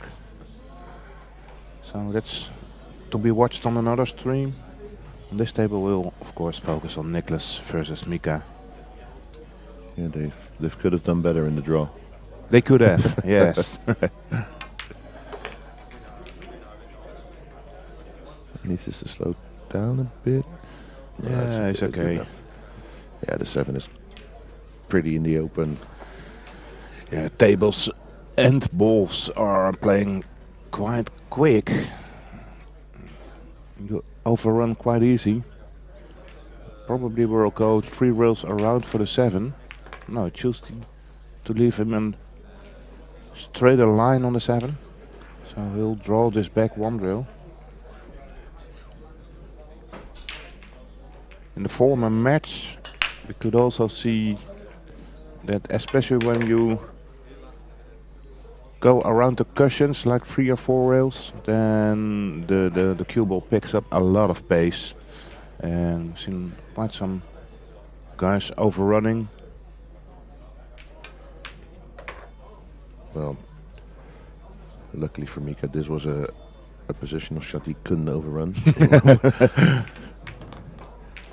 Well, yeah, if you overrun it really by a lot. Yeah. Well, that would be also almost a scratch if you want to fall out of position on that 9 ball. So it's alternate break. And Niklas the break in the second rack in this race to 9. former match was between Tim Jonkman and Quinten Pongers. Quinten started with a 2-0 lead because he was too late to show up. Deficit then probably. Sorry? Quinten was late. Quinten was late. Yeah, so he didn't start with a 2-0 lead. no, it was a 2-3. Yeah, exactly. Tim started with the 2-0 lead. But immediately Quinten found some gear and still won the match.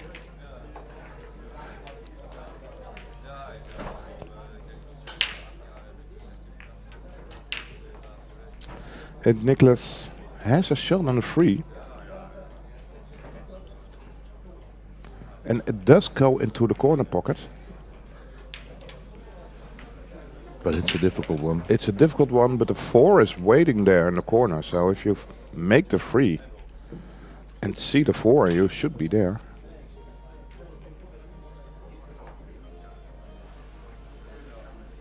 I'm not quite sure. Safety is quite difficult too.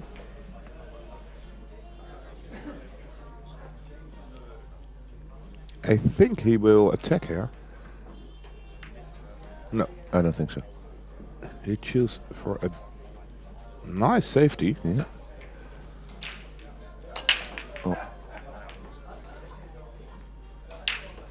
If Mika really wants to go attacking, I think the one real kick shot is possible. Yeah, from the left side definitely, and it should be a... But he's not going. Nah. No. To be honest, with these slick tables it slides quite a lot, so it's hard to judge it over such a distance.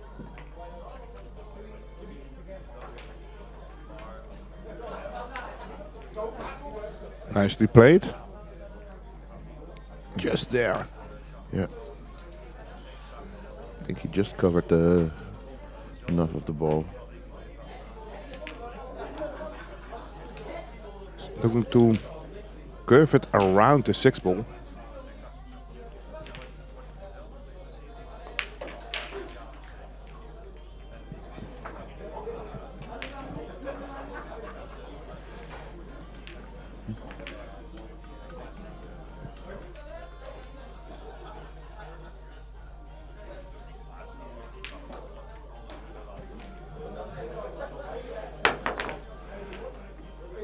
That was a close Nice shot. attempt. Yeah. But well, as you can see straight away, he's left the 3 ball there. Mika looking at the rest of the table, seeing what he needs to do. Yeah, 4 to the 5. Yeah, that 4 is really deep in the pocket, which makes it a bit more difficult to judge position. Yeah, I'd love to be with the cue ball close to the rail. Looks like he as well. So now he can or hit it thick and go around the 5, or very thin and stay on the left side. Yeah. And to be honest, with the sliding rails, I rather draw this around.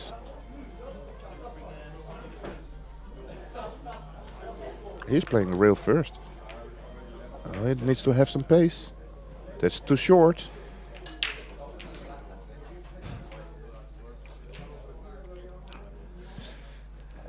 Yeah, I'm kind of hesitant if he wanted to hold it for the side pocket, maybe.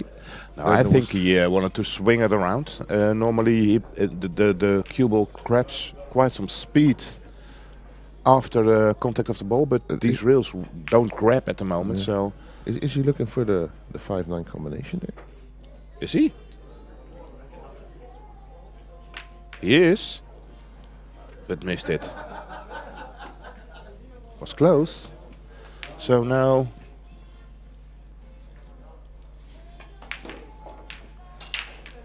a great starter, great opening shot for Nicholas to pick up this second rack.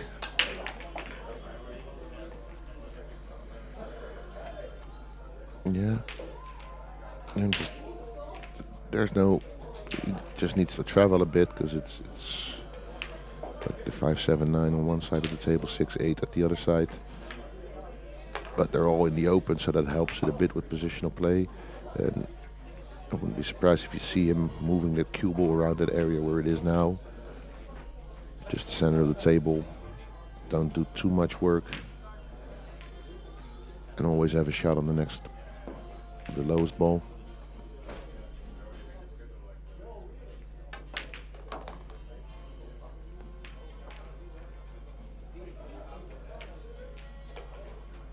Yeah, like I said, nothing fancy, just make sure you stay in shape.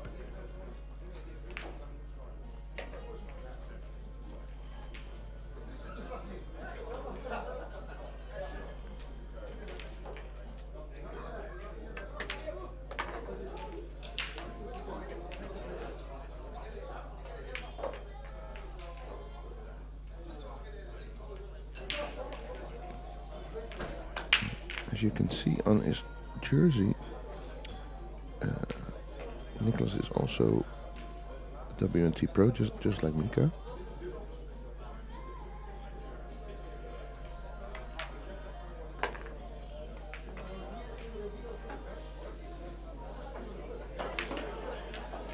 But yeah, it was kind of surprising because he's been not taking his time, but not rushing it, and I almost thought he was going to shoot the 9-ball straight away, and realized he didn't quite reach it, so put the extension on his cue and make sure to have a decent shot instead of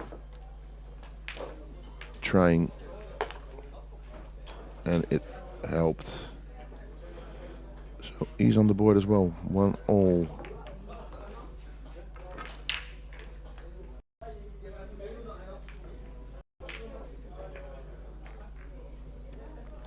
Yes, this overview gives you a nice impression of the avenue here in Lelystad, which is a little bit more to the northwest of Amsterdam.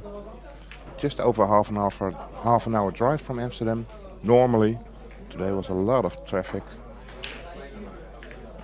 So for all of them who is still in the need to come over here, do know there's been a big accident on the highway, so it will take you half an hour longer to arrive here. Yeah, it's just not just commentary we do, we also give you some traffic updates. And if you want some weather updates, I can provide them to you too. At the moment it's still a little bit rainy, but during the rest of the day it should be more dry. Let's see. Well, it's Mika at the table, right? Yeah. It's a little bit hampered by that 4-ball. Yeah. But I wouldn't be surprised if he attacks here. For the bank. Yeah. Or yeah, I assumed more a safety behind the 6, the 6th cue ball. The issue there is you will send the cue ball towards the 9-ball, and I feel it's always dangerous if you play it like that. And that might be the reason that he did not take on that shot. He didn't want to bring the cue ball very close to the 9-ball.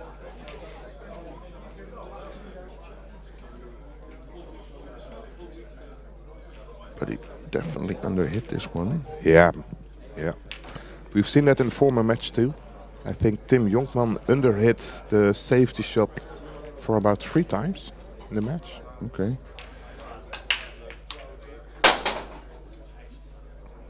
I think something fell on the stands because Niklas gets back up after that sound.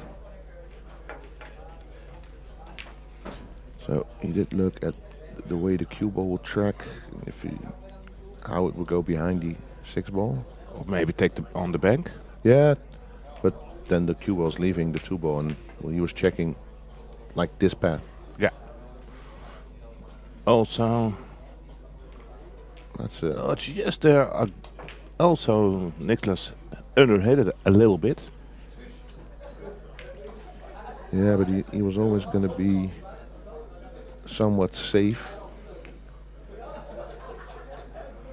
Or if I look at this angle, he might actually be able to hit the side, the right part of the or at least with one real kick shot. Oh, that's for sure. That's definitely on. So a little bit firmer would have buried the cue ball underneath the 9. He's kicking on it. To the side pocket. Nice hit. Now, will he take a look at the 9 ball? Yeah, you could bank it up table and stun the cue ball into the 9. Sure, I think that would be my... He's now looking at that. 2 rails out to shoot the 2 ball bottom rail, left rail, and then above the 5, and with the cue ball into the 9. Yeah, and then you might get covered behind the 3, depending on how hard you shoot the 2. Yeah, a lot of good things can happen. And more importantly, there's a lot of distance, but he kind of misjudged it, I think. Yeah, to me, he kind of had the wrong timing.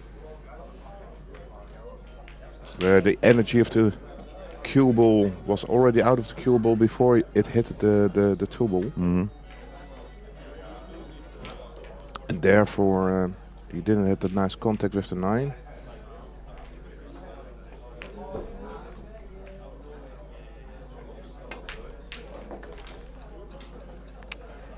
So does the 3 ball pass the 9, or is this going to be a 3-9 combination? No, I think it passes, but...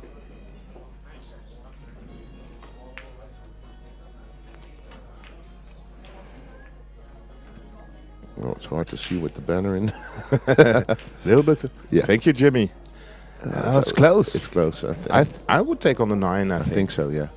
Yeah. Look, I think he was looking at that angle. From this one, it looks a bit more open. Yeah. Yeah.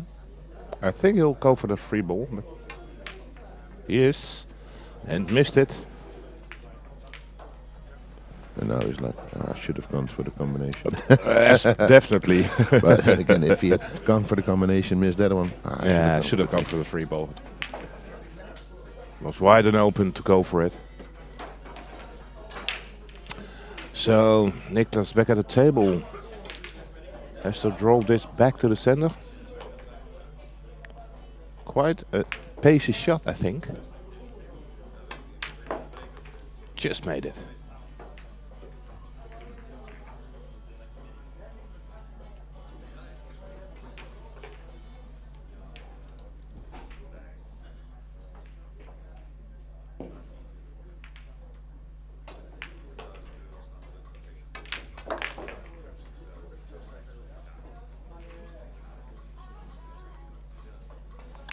Oh, good. Again, he's back at the center of the table for the 5. Needs to maneuver towards the top of the 6, I guess. And has to decide to stay from the left side or the right side, so go around the 6. That's my opt to go for. There you go. And now back up table. Also, few options together. Kind of personal preference. Stun it out. Go forward, 2 rails out. But will you play left or right side of the... I play it to the left side, so I go 2 rails around. Yeah, just like that. Yeah, the only issue, but he would have locked, of course. No. Yeah, from this one you can see it passes, yeah. And he's nicely straight on the 8, so shouldn't be any problem here for Niklas to win the 3rd rack of the match. And there it is. 2-1. And Niklas to break.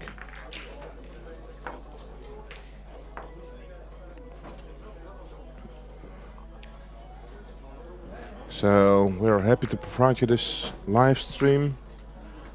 As said, we have 4 streams at the same time running. In the background, by the way, in the blue and black jersey, you see Niklas's brother and Nick van den Berg. Yeah, who's just sat down. He's a little bit taller, isn't he? I think so, yeah. One of them is Jonas. Jonas yeah. A little bit taller than Niklas.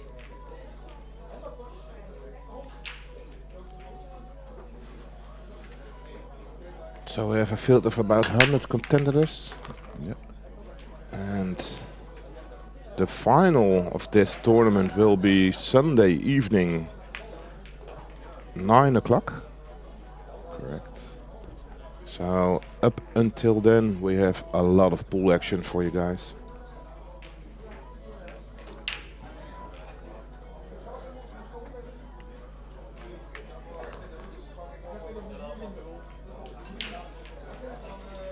So these opening rounds, double knockout rounds, however you want to call them, they're raised to 9, and as soon as we go to the single elimination, it changes to a raise to 10.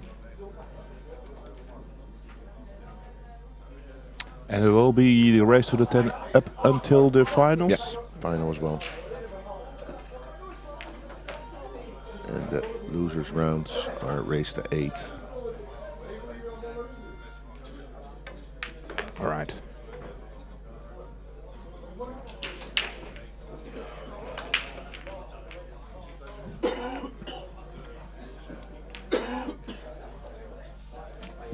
So for now, it looks like this is going to be the first break and run of the match, isn't it?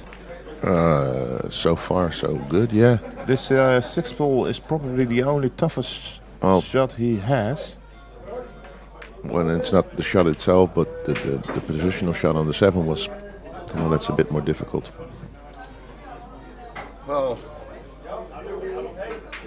Well, he managed to do them well, both, in making the ball and finding position.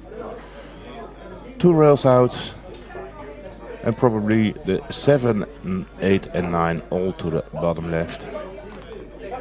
Like a game of one pocket. Yeah, one type of game that we are not playing a lot here in the Netherlands, but there are getting more and more tournaments in one pocket. Yep.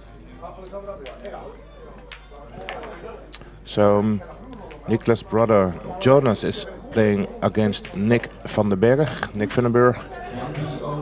a very well-known player in, well, the whole world. Yeah. And Nick has started his own pool club in Amsterdam called Mokum, and that's also a location that will be organizing quite some one-pocket tournaments. Yeah, I think once a month, isn't it? Something like once a month. Aspen is organizing it. That's no surprise. No, definitely not. One of the ambassadors of the game.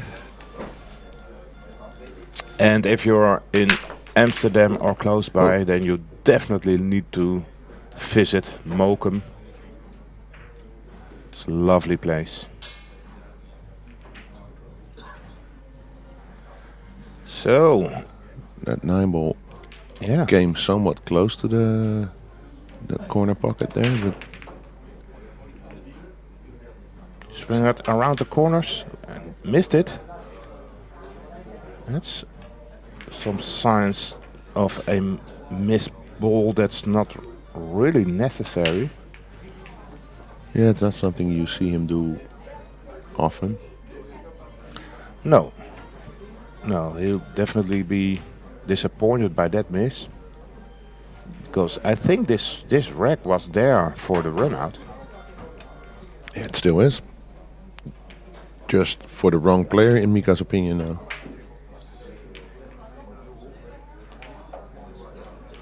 Now he will run into some traffic. But he just did very well. Yeah. He can now go around the 8th and the 5, I guess.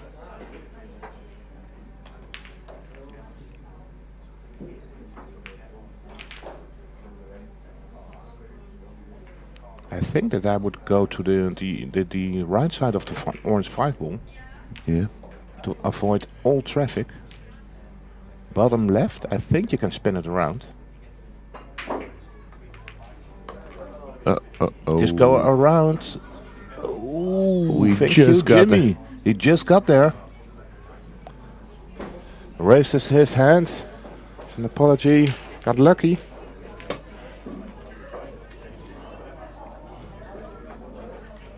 Yes.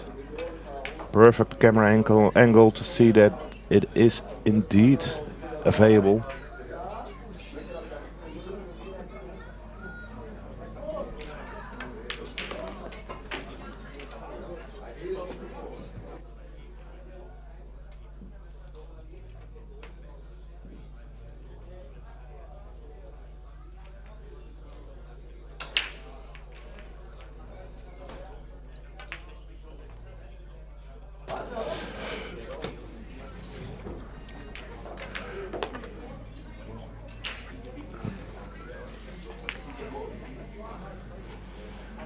Again, overrun it a little bit.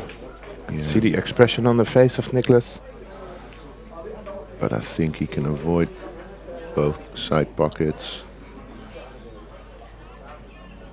Just is gonna need his extension again.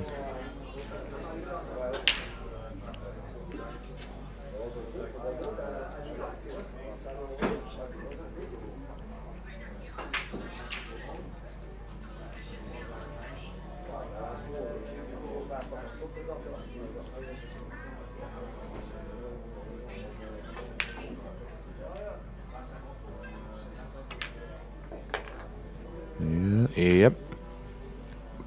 How's the pace? It's perfect. Could have gone wrong if he overrun this one or underrun it. But I think he found quite a sweet spot there. definitely the most danger was underrun it. But he just got there. Now, what is he going to do here? Does that 8 pass? Yeah, it does. Oh. He's not looking at I thought it passed. This is missable, isn't it? Yeah, yeah, but it is really tight. If he went for the 8.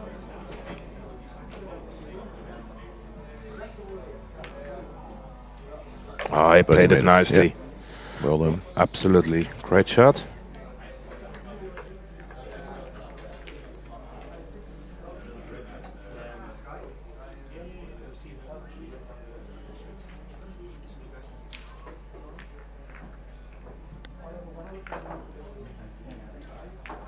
So in the winners rounds, we have 4 matches going on. And besides this match, we have, as mentioned, the match between Nick van den Berg against the twin brother, where we say hello to Yayan. Nice to meet you. But Nick van den Berg is 3-1 up.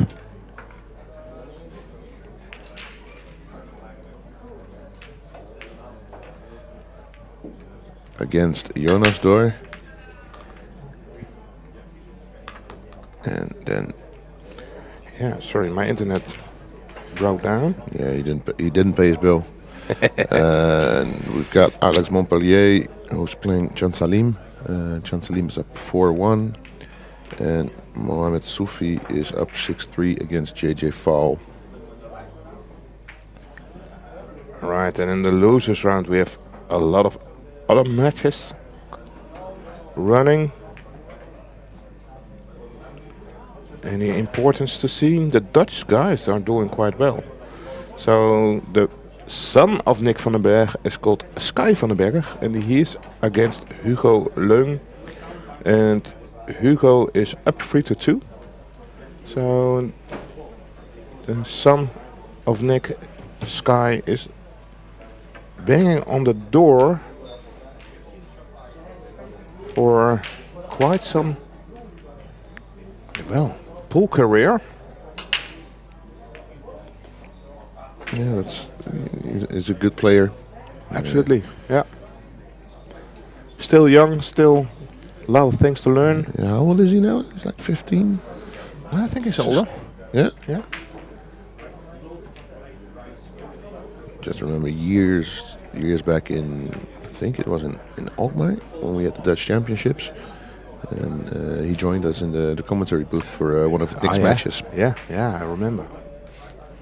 But that was when he was maybe 9 or something, 10. That young of age. Yeah.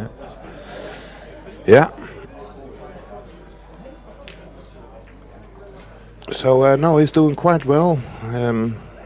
He joined my team in the competition, and we played last. When was it? Wednesday in Plan B, and he was, for example, up against IJsbrand Bergis, one of our local friends. He gave IJsbrand a tough match.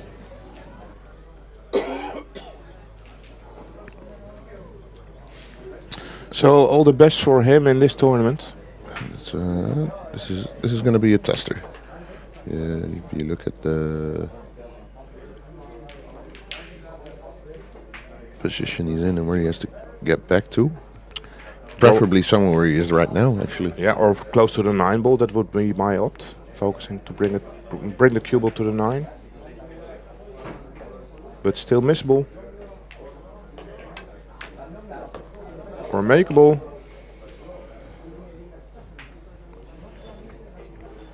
Yeah, and this is a nice position for me. He's looking really solid. Absolutely.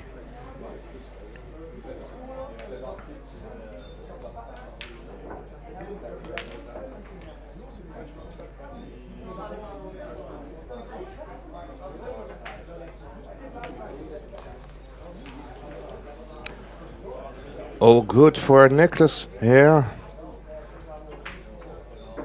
First rack went to Mika, but the next 5 all went to Nicholas. Yeah. Not only because Nicholas has done the right thing, but also Mika did make some errors.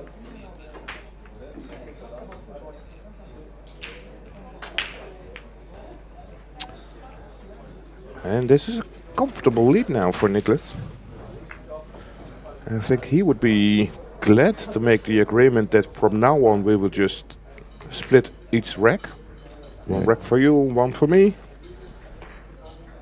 Basically just hold your own rack and then... Yeah. And leave the pressure with Mika. But we all know Mika is former world champion youth. So he'll be able to get himself together.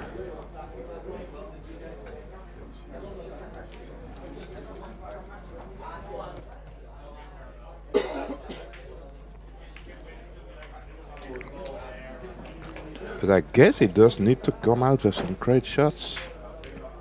And this free ball is one of these shots. Yeah, well, apart from that, it's not good enough anymore to... Well, for him it's not good enough to just make shots. No. He also needs to rely on Niklas. At the moment he does, yeah.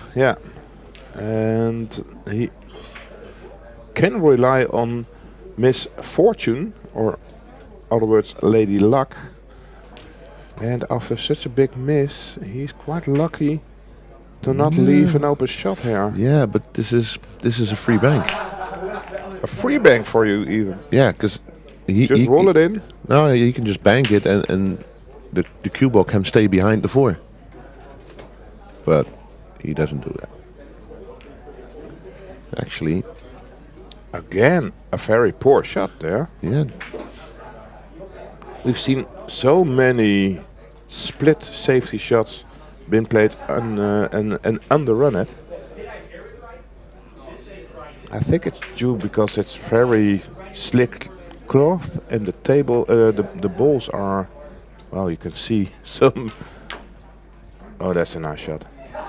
Some marks, but they are very brand new and smooth, so it slides a little bit more. Trying to see, maybe he can make that 4 ball in the corner pocket he was looking at right now. That's definitely what he's going for.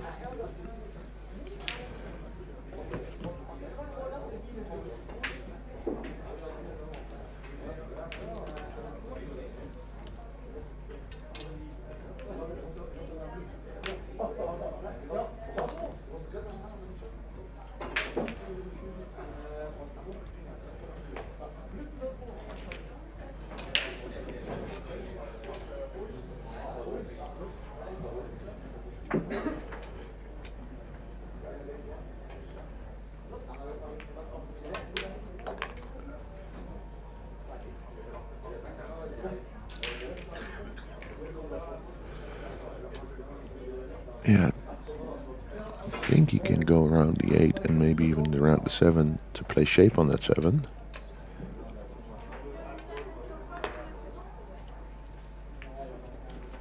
But he played it with a bit of inside to avoid any contact with the 7.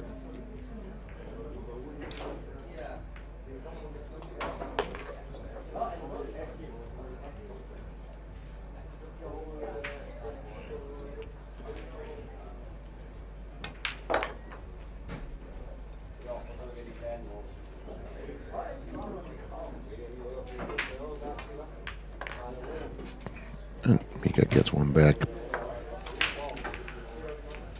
But like we said at the beginning of the rack, Nicholas is fine with Mika winning his racks as long as he wins his own, and then yeah, there's no way he gets overtaken anymore by Mika.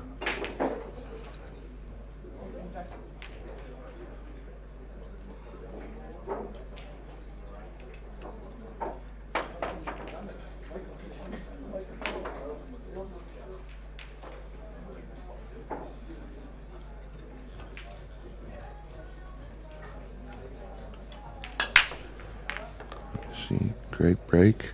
One going straight into the side. Although not the easiest of opening shots, he does have a shot on the 2 ball with the 3 relatively close.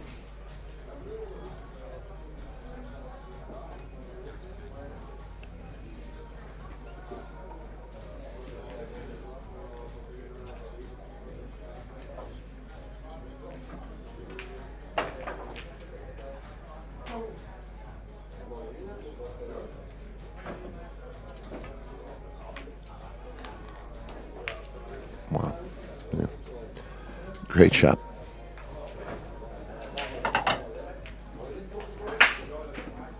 Played it really controlled. Just making sure to get the pot because he knew then shape is basically guaranteed. And now he's in great shape again for this rack. Might be a bit straight here, but he'll play it for the side pot. Yeah, like, as you can see.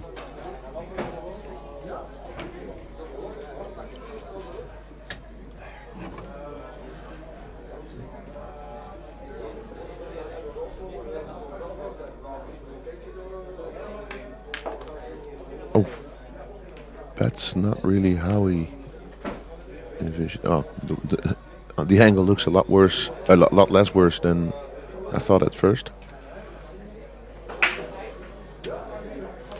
Yes, I think he probably can throw this rack back to that long rail.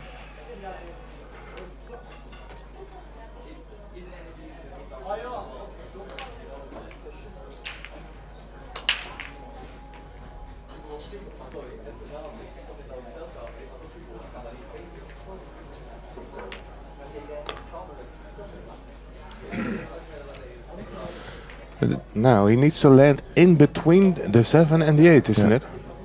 And because of the big angle he has here, it does make this tight 6 ball just a little bit more difficult, I think. Yeah, and he has to play it a long side out, or just slow roll it. But well, I played it nicely. Yeah.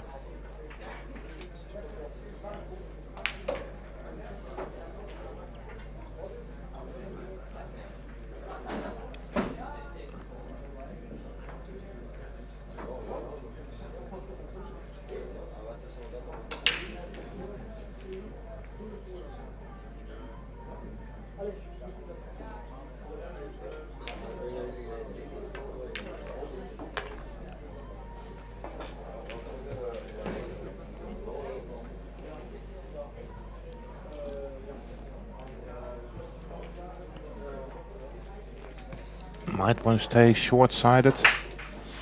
Just leave the cue ball over there. Yeah. So this is what Nicholas wants.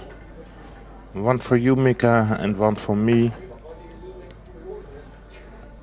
Slowly crawling up the hill, just until the fetch lady sings. Just one rack at a time. So, the overview, and you can see Nick van den Berg at the tafel, at the table, at the tafel, at the table. Yeah, we can see the photographer and all the contenders. It's a nice atmosphere here.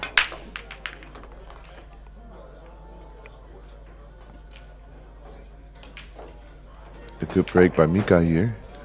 One ball down in the way it's supposed to go with this break format. Yeah, well, he did choose to break it very more slowly, more softer than he used to do, and also what we've seen by the other players. But it worked out pretty nicely.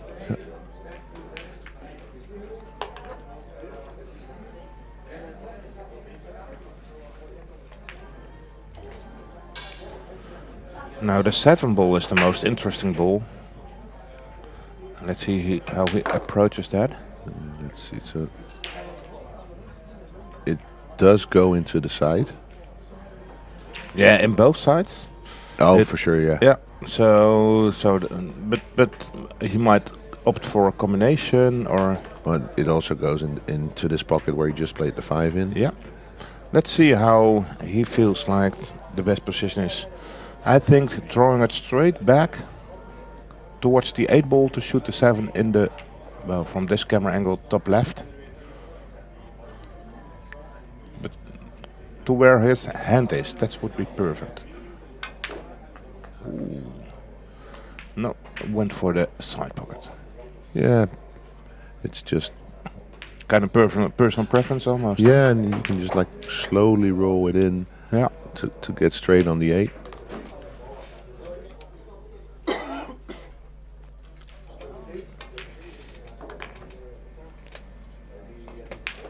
So a nice break and run by Mika.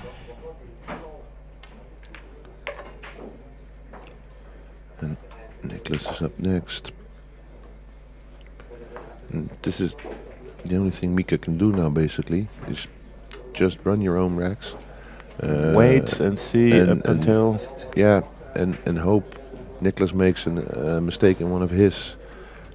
So, for example, now, if he would make one mistake, Mika finishes it at 6-4. If he breaks and runs his own rack, it's 6-5. And then there's the pressure for Nicholas. Yeah, that's the hope for Mika.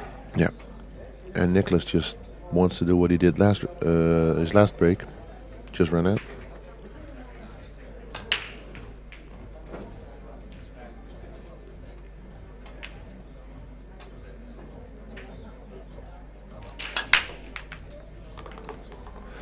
Again, a much firmer break by Nicholas. The cue ball was heading towards the side pocket, I think. So he does have a shot here on a 3, but that 4 ball is in a kind of odd position. Yeah. You can't hold it, you can't just roll it in. Could you pot that 3 ball and draw it into the 4? You could, yeah. It's risky, I think. Well, to be honest, I think it's a good shot, because if you miss it, then you are 2 rails out and still have a shot. But it's kind of a drag shot, you know, and a thin shot on the free. So it looks like he kind of went for it and works out perfectly. Yeah. Yeah, he's looking really solid. Absolutely. I'd like to go 1 rail here towards the 9. He's feeling the cloth, he's feeling the speed, so he's playing great pool at the moment.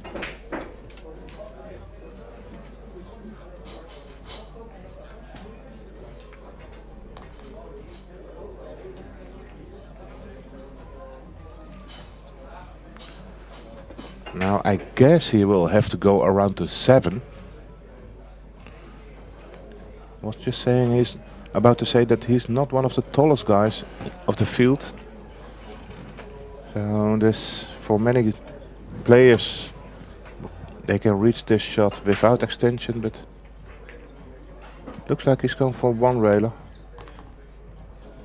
Needs to roll a little bit. A little bit short. You saw his reaction. He's not happy with it.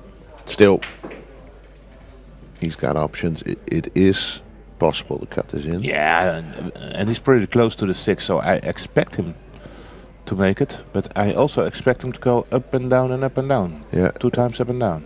And then that side pocket on the side of the 6 is, I think, the most dangerous one of the two. Yeah, or the 7, because you're attempting to hit it very thin and don't want to drift away from the 7 towards the side pocket. So I think you can be close to the 7.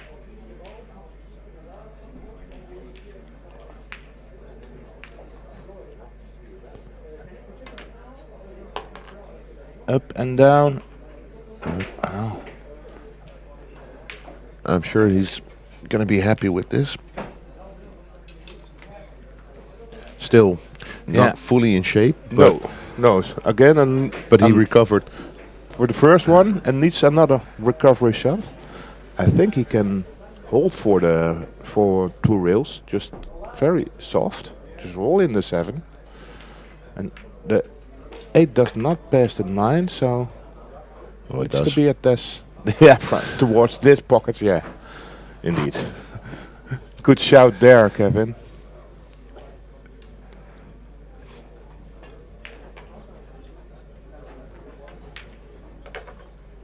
So Nicholas did what he had to do, or does what he has to do.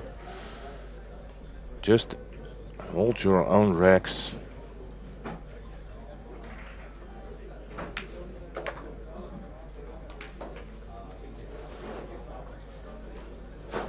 Raised his hand as a little bit of an apology, because he knew that the position on the 6 ball was really off. And still managed to make it. To me, I don't think you need to apologize then. No, not for that kind of shot. I think it happens. Everybody misses position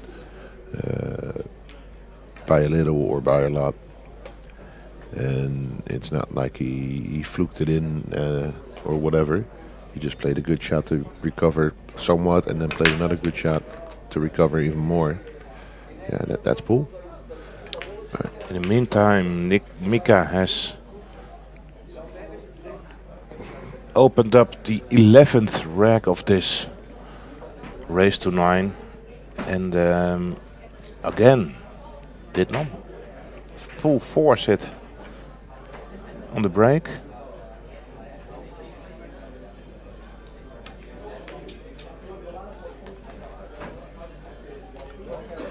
Made it. This, yeah. Well, that's about the only spot that he cannot pocket the free ball. I don't think so, no. At least not directly. No, I think so. No, you maybe think it goes? I don't. Ooh, it's going to be very tight.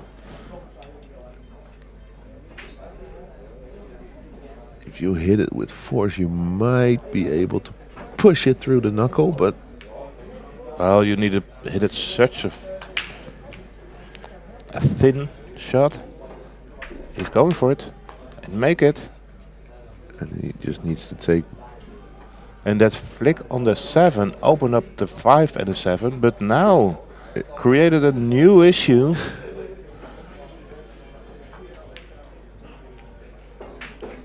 And if it was the other way around, it wasn't a problem. He can, if he wants, screw the cue ball on the 7, make the 6.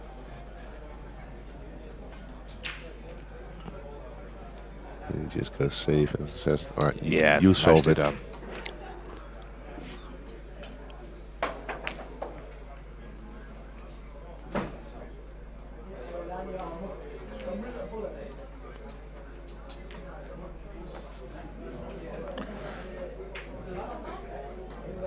Now, Which way are you going? yeah, you could also bank the 4 into the 7 now. How exactly? Well, you jump Yeah, the okay. 4 into the 7, you make the 7-6 combination, and you've got a full open table. Yeah, well, you got to get a little bit lucky with, because the 6-7 is not completely there.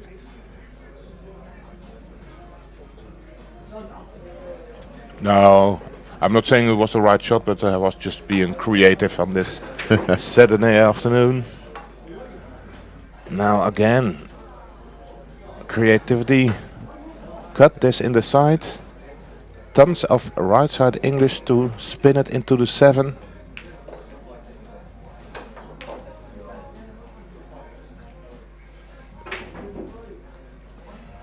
If you flick it, cue ball back to the center of the table.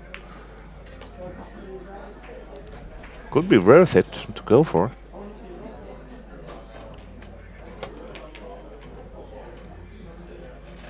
Lots of right side English. Just flick the 7. I went for that shot. I like it, but he needed to have a little ton more right side English. Yeah, he played it really conservatively. Yeah, a bit too much. Still an option.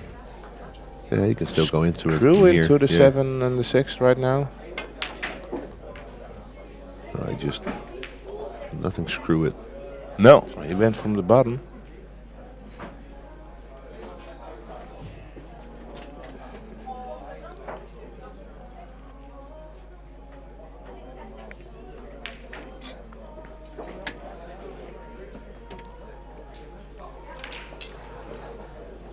Yes. Well, a nice recovery shot on the 6 and making the 6. But another recovery shot needed now. Another one, definitely. Because he's now taking the shot to this corner pocket. Probably has to screw towards the long rail. Swing it around the cushions. Great shot. Always a little bit of a risk with that corner pocket, but as soon as it hit the last rail, he was like, that's not going. Yeah, he made that shot look very easy. But I'll tell you that it's not an easy shot. And Mika does what he has to do again. Running his rack. Didn't they both get on the table? Yeah, but he still run the last 10 balls. Yeah. So that's what he still had to do. In the meantime, you can see that a lot of tables are done.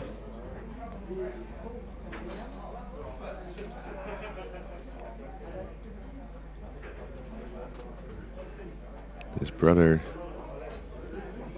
Nicholas's brother, just went down and sat in the stands. His match was a little bit less successful. So he got beat 9-1 by Nick Vandenberg. There he is.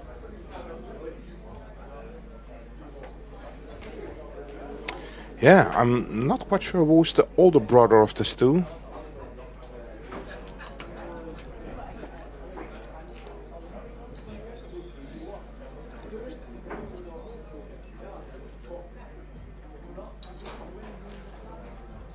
Yeah, it was a 9-1 win for Nick.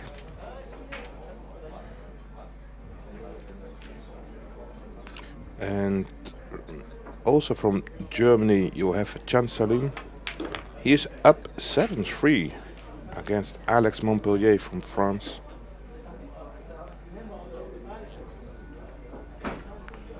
And JJFO and Mohamed Soufi are tied at 7-7, so that's an interesting match.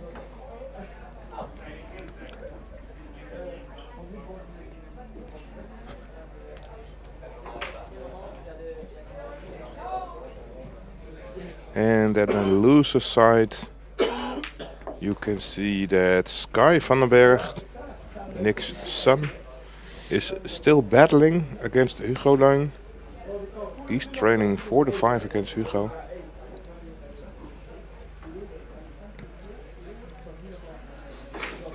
So I think Nicholas needs one more good shot here. If he can make this 4-ball and land nicely on that 6.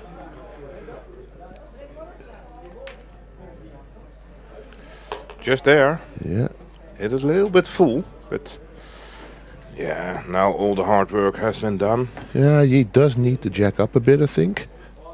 Wow, he's pretty straight on the 6, so just a little bit of a stop shot, all good. You can play this with some right side English to spin around from the 9 to shoot the 8 in the center, in the side pocket.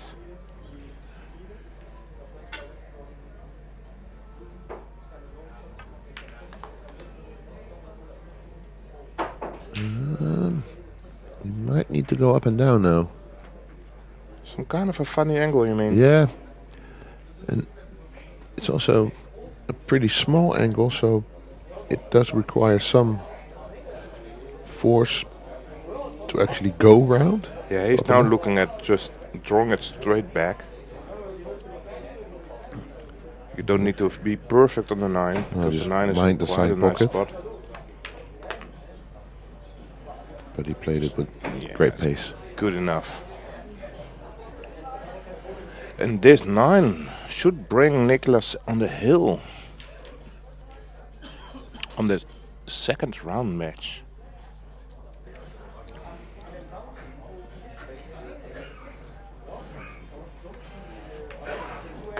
There it is. Nicholas Door on the hill against Mika.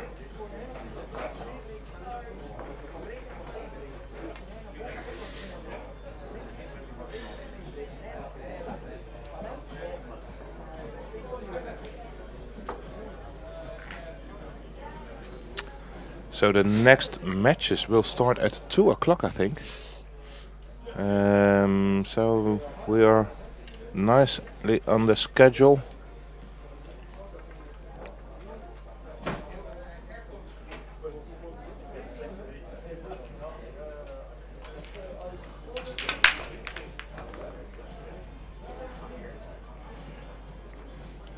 Okay.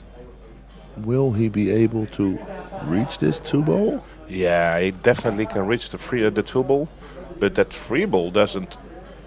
Looks like a very nice spot there, close to the 9. So the 6-ball is also a little bit in the way. This doesn't make it very easy. He might even has to draw it straight into the 9. Yeah. So go in between the 6 and the 7. The other way is to go in between the 4 and the 6, very thin, and go up and down.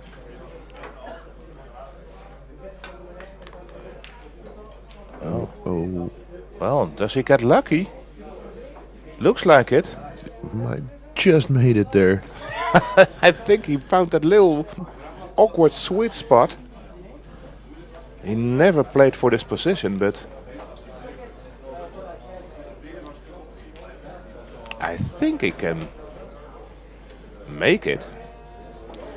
And with topspin, I also feel like you're going around the 8. So just make it. Forget about the rest. Look at that. That was quite a present for Mika.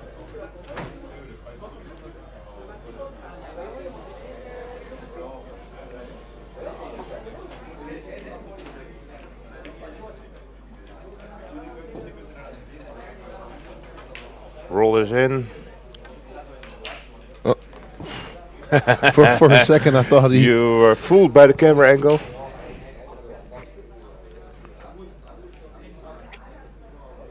Now, will he play... Oh, this is a bit short, but... Now he's going to play short side or going upwards. I think short side. Yeah, that's the safest one. Because if you go above the 7, you do play with that side pocket, and now you're never in danger there.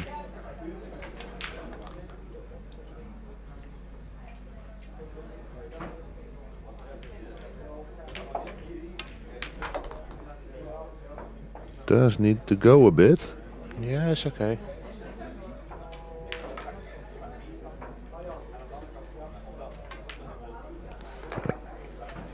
Nothing on the hand for Mika. He's now 5 racks up. And Nicholas has his break and his first chance to win this match, this second round match.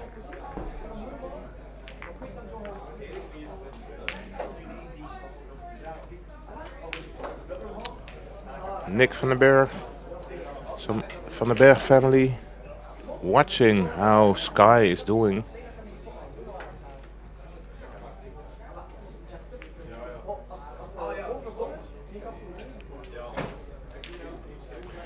And here's the break off.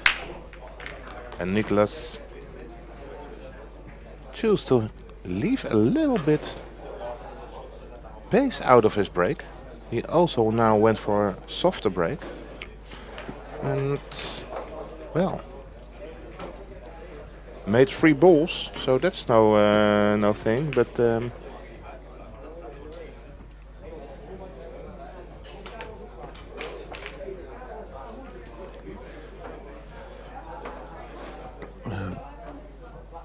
he can cut it in between the 3 and the 9. it's really thin, isn't it? That it is.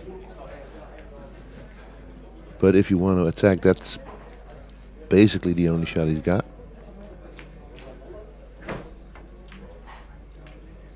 Wow, what a shot. Yeah.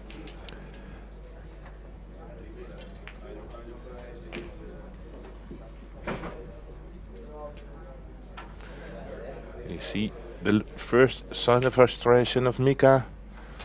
He thought, well, that would be the only lifeline I will get in this match, but it ain't over until the fat lady sings, Mika. Gotta stay positive, because you might gonna get another chance. And this is too close to the 8 to jump it. And he might I wanna shoot this with a 2-rail shot, or make a 3-rail shot. It's not that close to the 8. Oh, it's indeed a little bit of a gap. But I think the bigger issue here is it's pretty far up table. So it's hard to reach. Yeah, and especially when Nicholas is not the tallest of them. He's going for a 2-rail kick shot. But how does it end? Oh, he'll take this any day of the week. Yeah. A little fuller hit on the 9 and he would have he would have snooked perfect. Yeah. But this will work as well for now. Yeah, Mika, I think, has to bury the cue ball underneath the 7. That's a small spot. But you need to go for it. Oh, he's going for the other way around. Don't like it. He's gonna leave a shot then. Yeah, I think he has. And the cue ball's gonna bang into the 7. Yeah, a lot of good things can happen if you just take on a shot. If he manages to control that.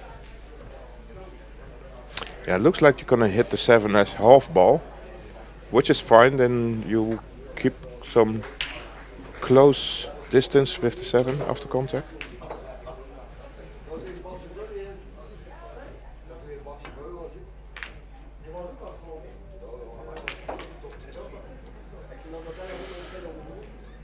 Well, that was close, Nicholas, but no cigar.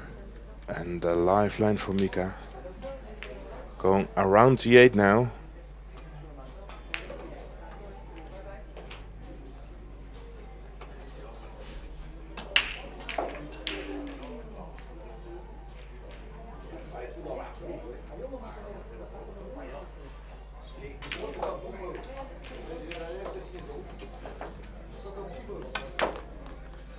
Went straight back.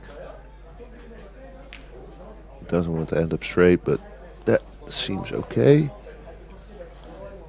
And now we're in that situation that I mentioned earlier. If he takes this rack and then breaks and runs his own, then suddenly it's only one rack difference left. Yeah, absolutely. So all to play for.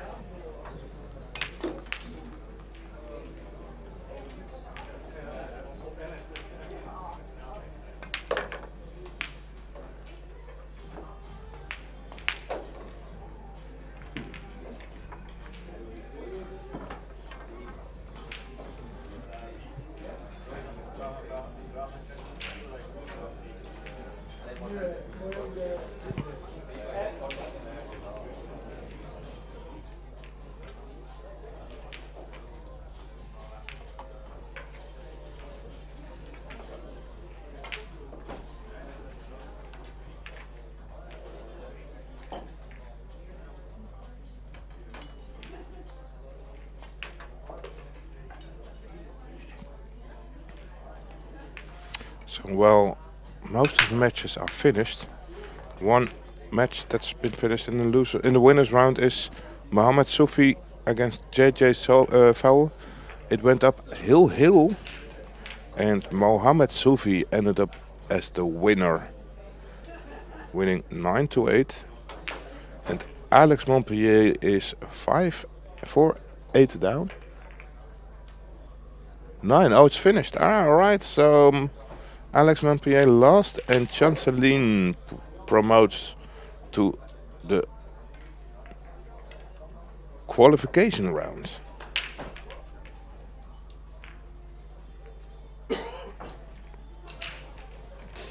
We see a good safety here by Mika. A lot of traffic in between. Nicholas could go one rail, but that 6-ball is kind of dangerous.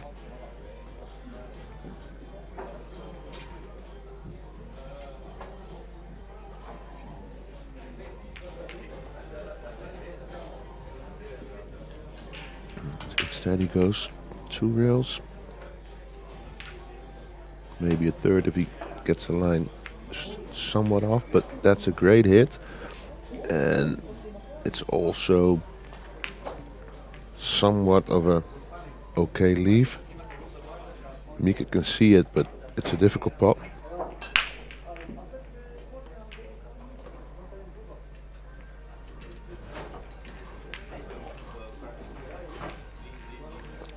But I think he's going to stick him up there between the 3 and the 4.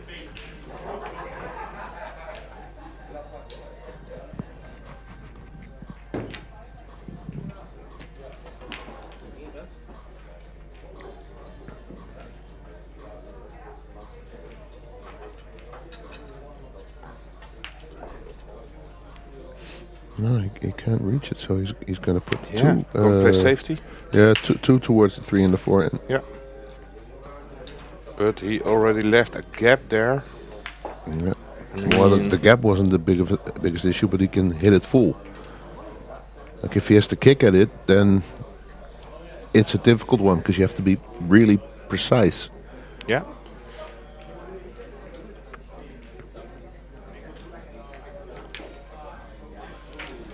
Made a plan quite quickly. Oh, that was dangerous, but... And I think he might have left it on. The bank, you mean? Well, let's start with the hit. Yeah. And if he can hit it, it might actually become a bank, yeah. Well, I think you can only see the right side of the cube of the object ball. Still be able to find some cover. Thin hit on the 2. Oh. Where's the cue? Oh, is this lined up?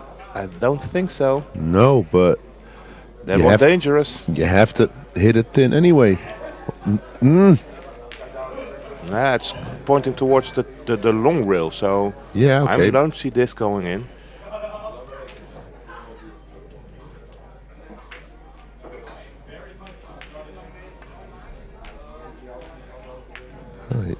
didn't go for it. No, he knew it wasn't going anywhere.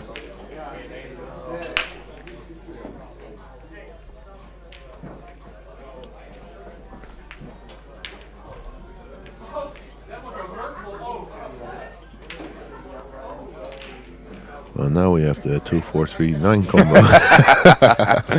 Just stack it up. Yeah, I think he just wants to make thin contact, leave the object ball there, and send the cue ball back up table where it is right now. That's a tough shot. It's a thin shot, very thin shot. I think he's playing the 2 up table. Oh, or he just... Oh, you got to kick on this one and make the 9. Don't you think so? Yeah. No matter if you can see the edge on the 3, you gotta kick for it. Just go for it. Unmissable. No, it's really unmissable. If the pace is right and the 9 ball reaches the pocket, all good, all good. All these angles, when you hit it, the 9 will go.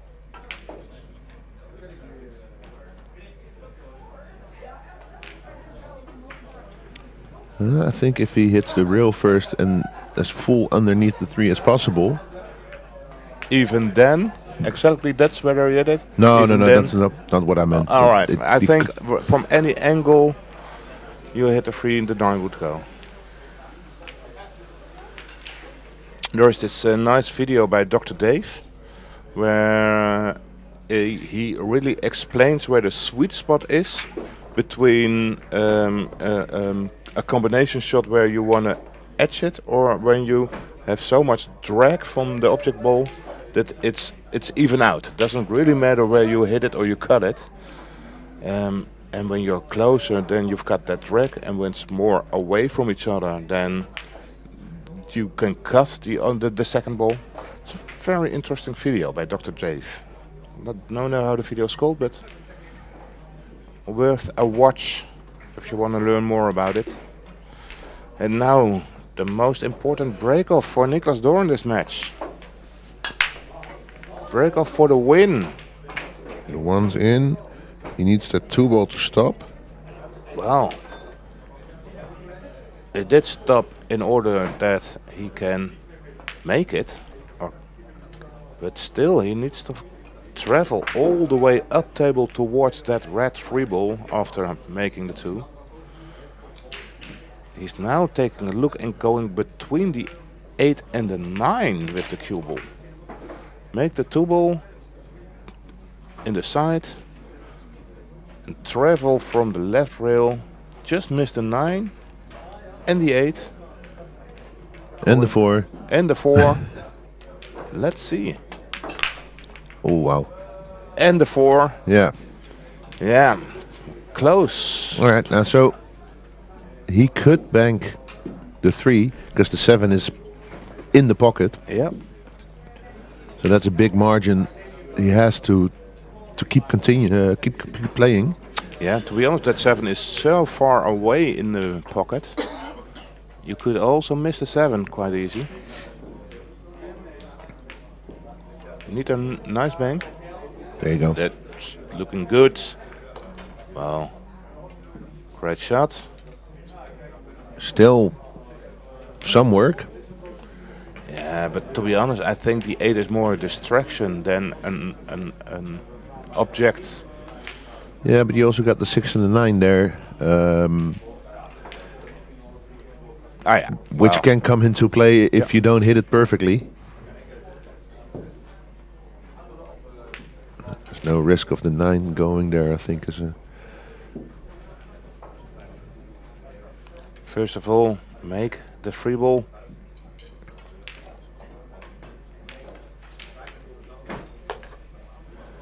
Don't scratch. Don't. Second of all, don't scratch. Fourth of all, don't miss the 3rd. Yeah. 5th. And 5th, find position on the 4. Make it to the side. And now I think he has to avoid some traffic with the 8 ball if he goes forward.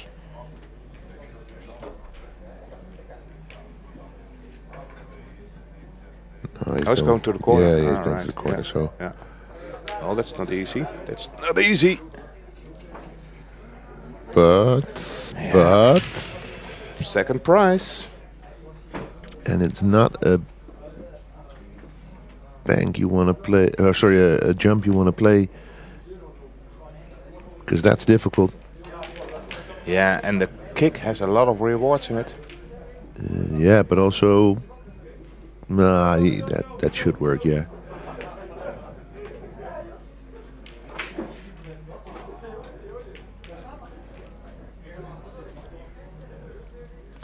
Yeah, the side pocket's a little bit in the way.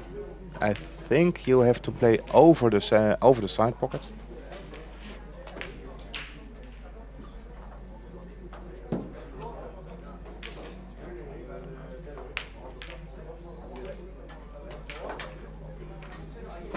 Yeah, he's now looking at the jump because the jump is, well, kind of a guaranteed hit on the 4. With some draw, you can draw the cue ball into the 6-9, creating distance. You can get lucky. Yeah, but I think the cut is too much for this jump. Yeah, it's too close to the cushion, you mean? No, well, because you have to you get a double kiss, you mean? No, it's a really thin cut. Yeah, well, you would think for jumping for the cut. Yeah. Oh, right. No, I would think jump for banking the 4 to the 5 and bring the cue ball towards the 6.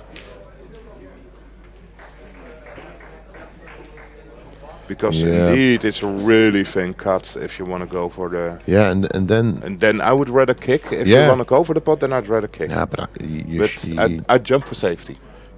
I would go for the pot here. All right, let's see. How does Mika feel? He's checking his potting angle, isn't he? Yeah. Wow, it's really thin.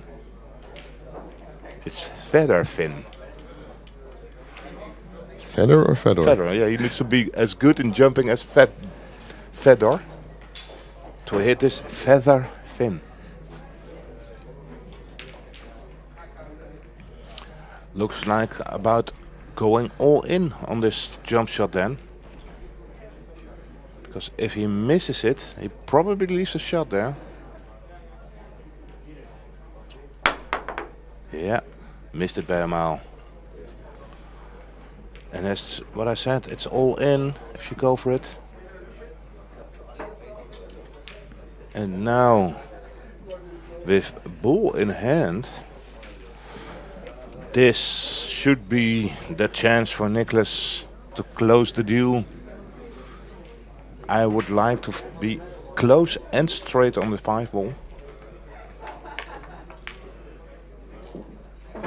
So you can just You should talk back. a little less loud. I think he heard you. Yeah. So draw back to where he is now. That's ideal. I think he could be like near that diamond even. Yeah, where his hand is also good. Yeah. So anywhere in between the 5 and his hand, perfect. Now the only lifeline I see here for Nicholas is that the 9 could interfere with this shot. In a little bit of an awkward way, but... Yeah, but then still, the 9 gets bumped up, and he still has a cut on the 8. Yeah, but if you hit his half ball on the wrong side, then some weird things could happen. No, he hit it perfect. And he knows it. Yeah, he knows that that was the last dangerous thing in this match. So, well done. And I think we had a great match. Yeah. And we have to congratulate Nicholas Door in this nice win over Mika. Mika will continue in the losers round and Nicholas continues to the winners qualification round, and he will face Mohamed Soufi there. So another great match that's gonna be on in this European Open, OrangeForks Production Open. For now, we will be back at 2 p.m. With our next matches. So Yes. for now, thank you for watching and see you later. Thank you. Bye.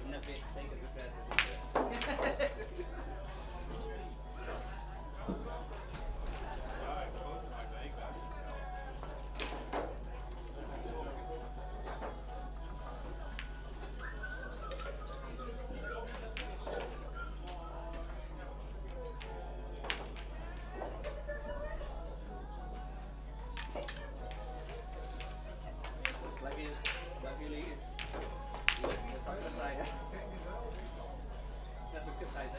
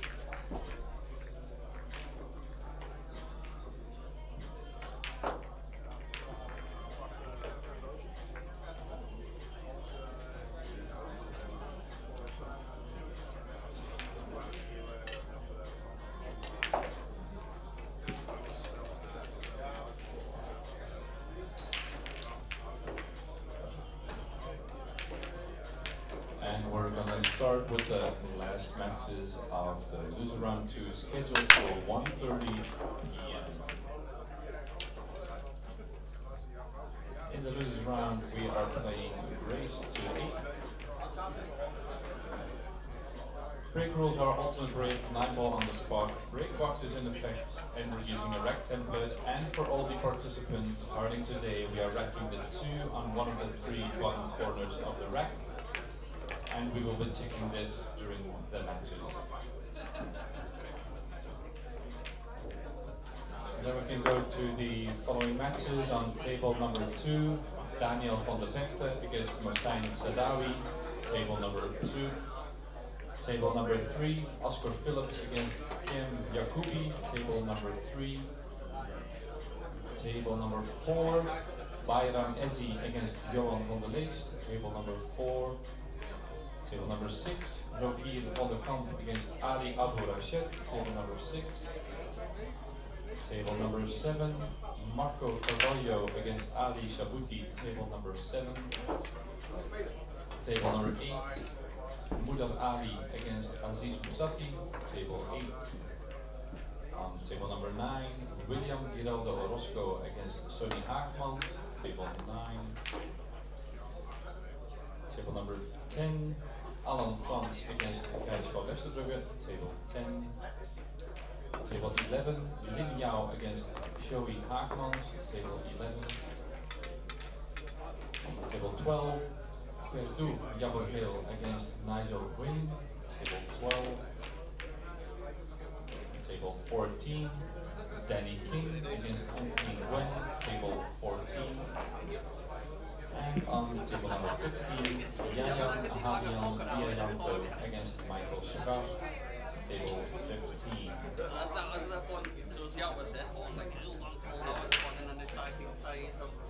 And then we have, can Ali Abu Rashid please come to the tournament desk? Thank you.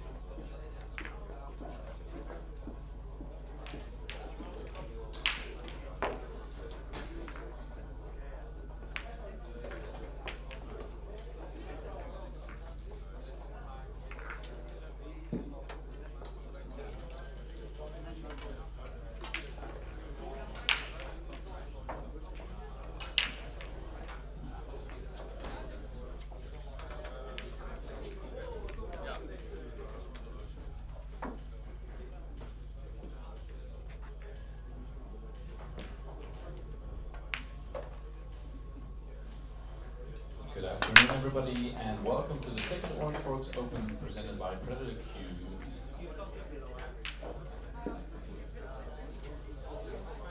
And we're here on the second day playing in the Wizards in Lelystad, the Netherlands, all made possible by our sponsors, Predator Cues, KAMUI Brand, Go Customs, Pocket Billiard Specialist, Mariposa Cues, Aramith, Iwan Simonis, Onboard SportswearDSOP, Dutch School of Pool, Carom Sports, and Metaalhandel Hinke Wolters.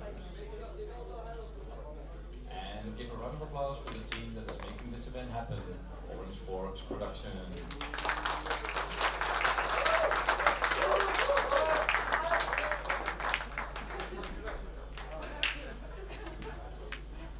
We've got the 4 more matches starting roughly around 2 p.m., which are the winners round 2 matches, and they will be played, all 4 of them, on our live stream tables.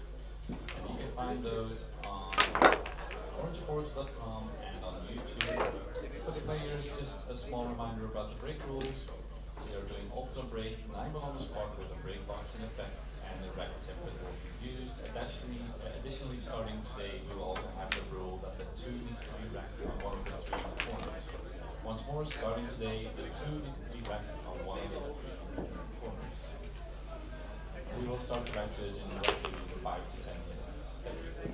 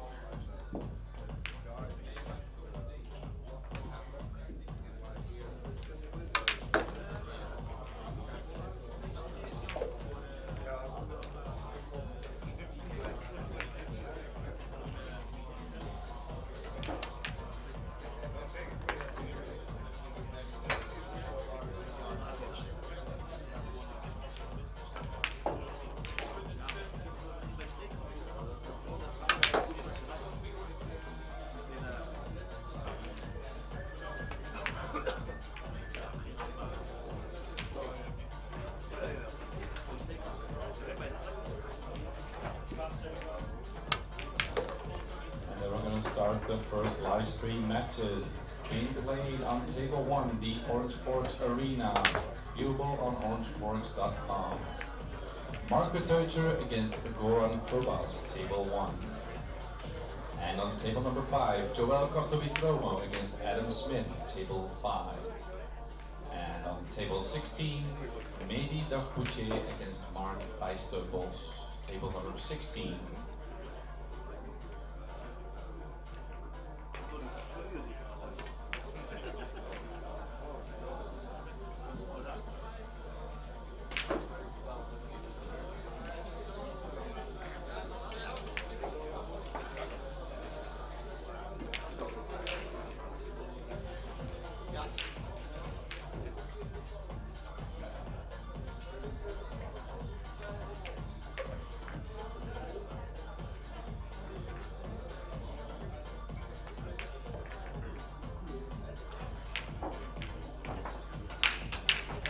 Well, a very warm welcome to our fans joining us from around the globe here for our OrangeForks Open here in Lelystad, Netherlands. You join us for the winners round 2 match here on the main table between the Dutch Marco Teucher and Goran Kobas. My name is Gethin Davis. I'm joined in the box with my good friend and colleague Kevin Dijkstra. Welcome, Kevin. Thank you. Welcome, everybody. So yeah, Marco traveled here all the way from New Zealand, originally from the Netherlands, but now residing in New Zealand. And Goran Kobas, who's also one of our sponsors, Go Customs. So thank you for that. And Marco, straight out to bat, winning the lag in this alternate break format, making the 1 ball on the cut break. A lot of the players now getting comfortable with the tables. The Kloss are betting in a little bit more. This is the middle of day 2 of our 3-day event.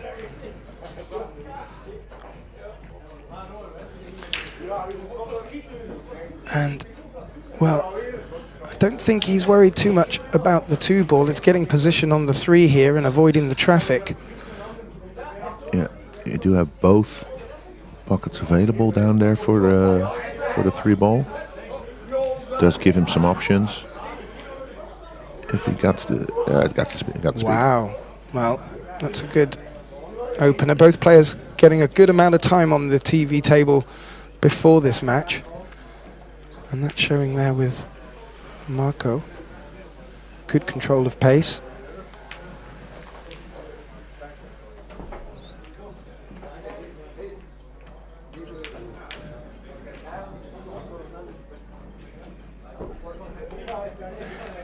Marco looking rather summery in his player's top there. It is a little bit nippier outside than his shirt would let on. But he certainly seems to be bringing the sunshine to the table. And with a really nice opening shot to get position. He's now in prime shape. Yeah. Good early signs.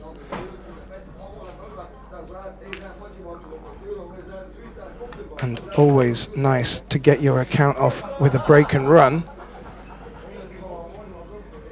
As I did allude to, this is alternate break format. We are breaking from the box, although there is no 3-point rule. The 9 ball, as you can see there, is on the spot.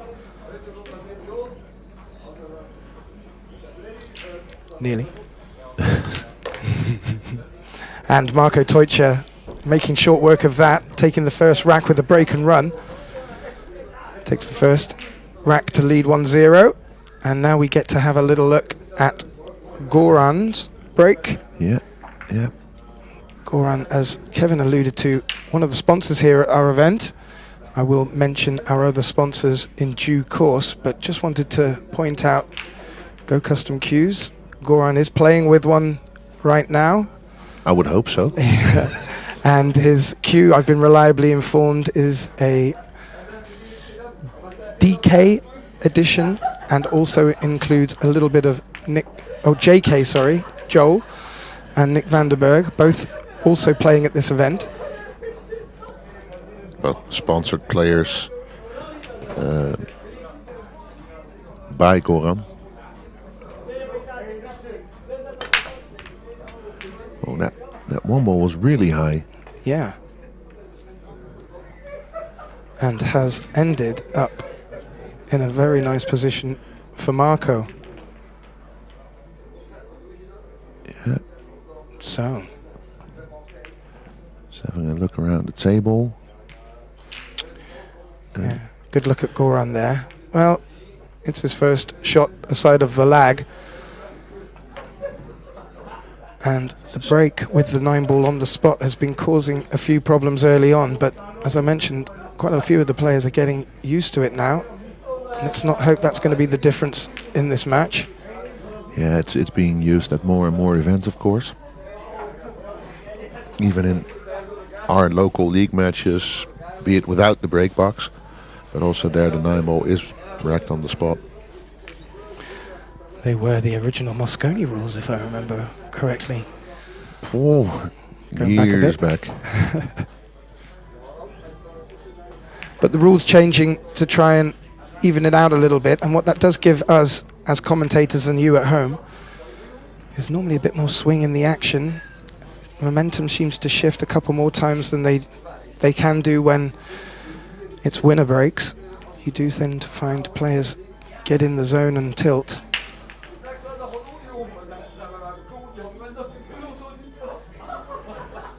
But Marco, again, finding himself in a very nice position early on in the second rack. Yeah, he's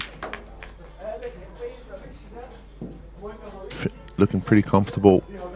Like you said, both players did have some time on the TV table, because even though our last match ran 9-7, if I say correctly, it was done pretty quick. So they had about 45 minutes before the match started where nobody was using the table apart from them two. Yep.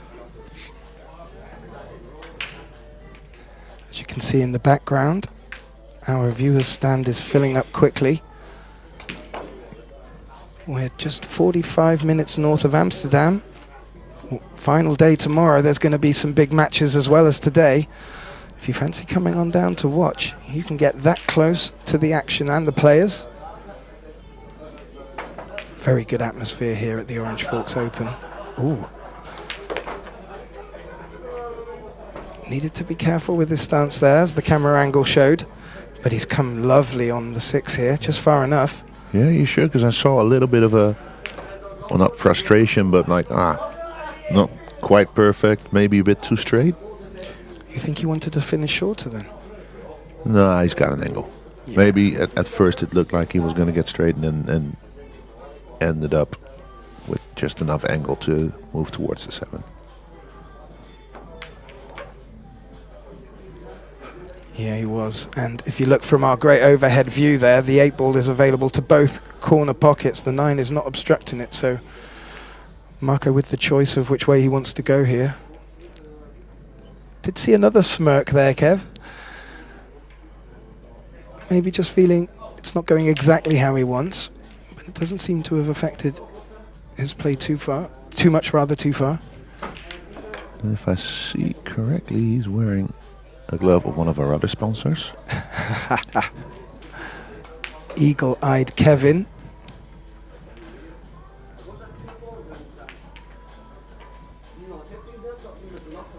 Well, just needs to make sure of this with a little bit of stun on it.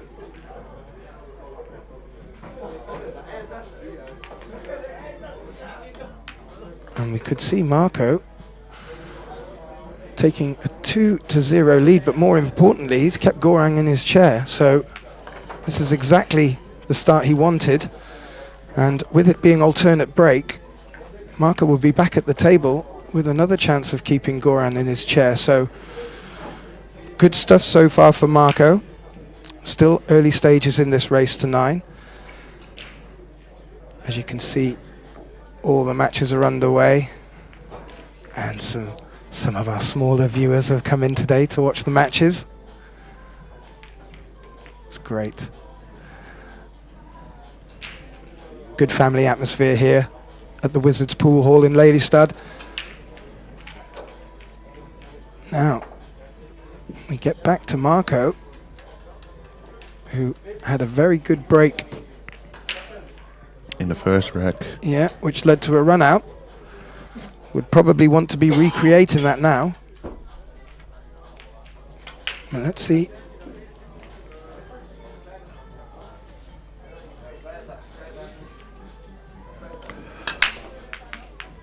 Well, he actually... The 9 ball was tracking towards the corner pocket, but didn't have enough speed to get there. No balls down. No. And even though he is wearing a glove of one of our sponsors, it was a different one than I expected, actually. It's a very nice pink color. It stands out. Now Goran finds himself at the table with a good look at this 1 ball, and the 2 is down that end of the table as well, so we'll not be needing to do too much maneuvering. No. So even though that 9 ball is there in the corner pocket, it does create some issues here and there, because the 4 ball doesn't go there. I don't think it does. It also doesn't plant onto the 9. So a good positional shot is needed there on that one. He's played a good positional shot there, running off 3 rails. And as you said, Kevin, this is going to be key here. Does it pass the 8 from the overhead onto the 9?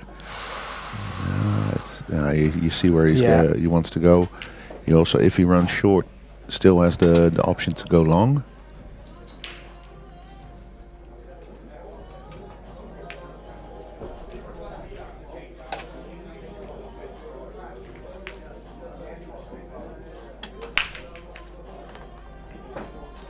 He's heading over that way, Kevin. Yeah, he went the other way. I thought he might go forward to get there.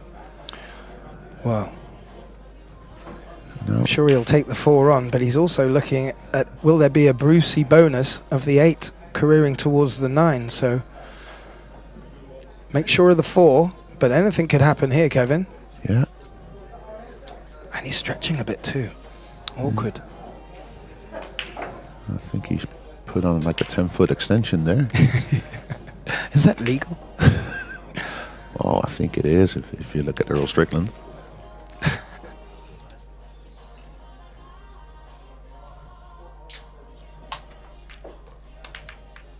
Well, he didn't make the 4, Kevin, but with his eagle eyes, makes the combination with the 8 onto the 9 and quickly nips a rack on the board. So we are up to 2-1, Marco Deutscher leading against Goran, but Goran is to break.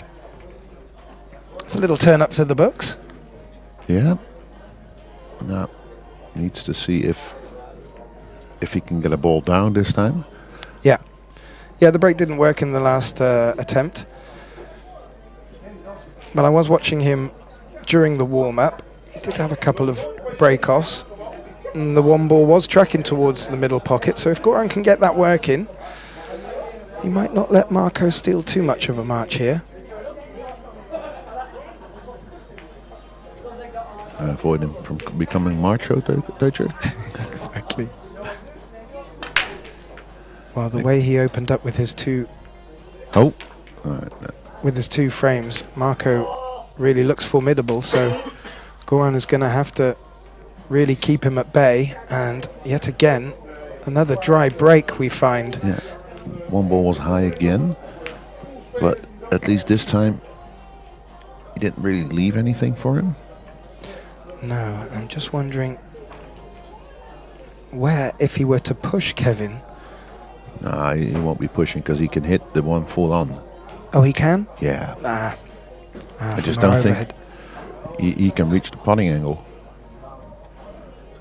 I think if he can hit it full on, he can bank the 1 ball up table and maybe have the cue ball land on the 4.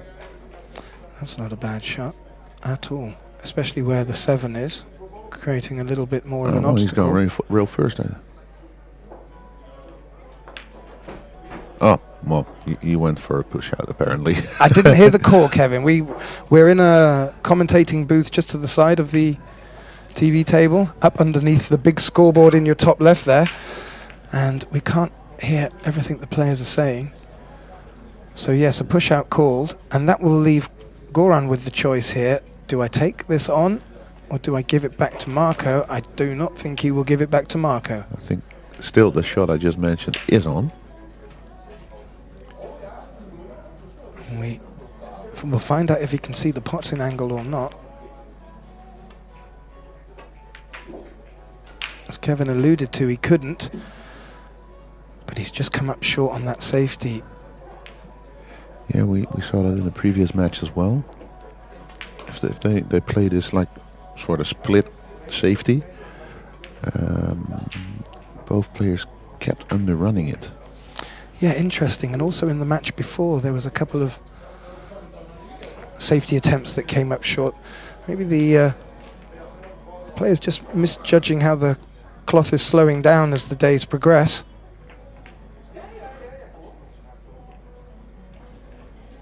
This might be dangerous. Well, we just saw Goran make a combination on the 9-ball. And he's feeling it because he's screwing together a short stick.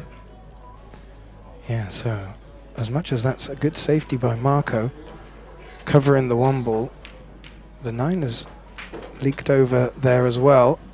And there's an opportunity for him here, not just to get out of the safety, but maybe even to nip the match, or rather to nip the rack.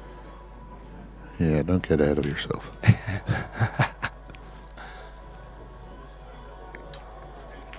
Yeah, by no stretch of the imagination is this an easy shot.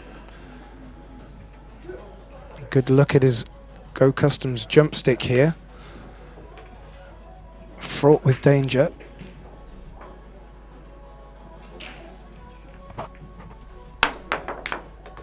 Oh, made a good contact on the 1-ball, but as I mentioned, fraught with danger, and that corner pocket has come into play, and he scratched it. Yeah, what's happening here? Yeah, look, Marco put it down even before the 1-ball was there. Well, this isn't an easy combination with that distance between it, but with ball in hand, clearly Marco fancies himself for it and would rather go this route than have to tackle running position from 1 to 2.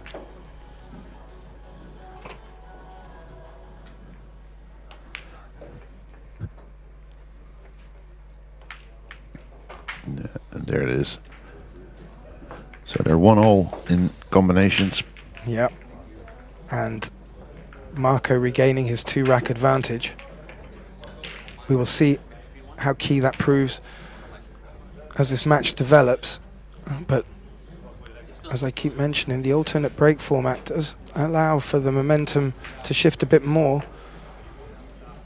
So a 2-rack lead with alternate break could help Marco here. As we get a good look at Damien. Yes, ich. Thank you very much, sir. From Amsterdam, de boven de tij. Yeah, does he play there? I thought he played here, actually. Well, I don't know, but I remember him from them days.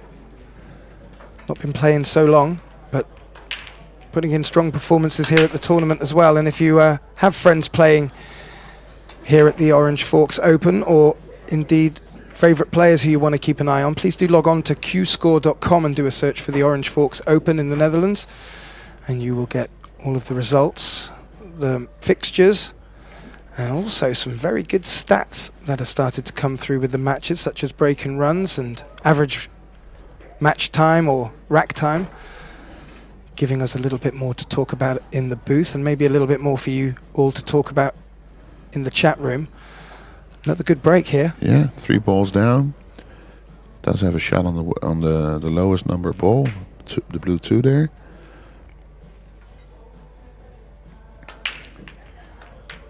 And you really have to say the difference early on is the breaks. Goran's going to find it tough work if he's not going to maximise his breaking opportunity. And Marco's just tapped the table there. Has he fallen a bit straighter than he wanted? Yeah, maybe. But still good enough, I think.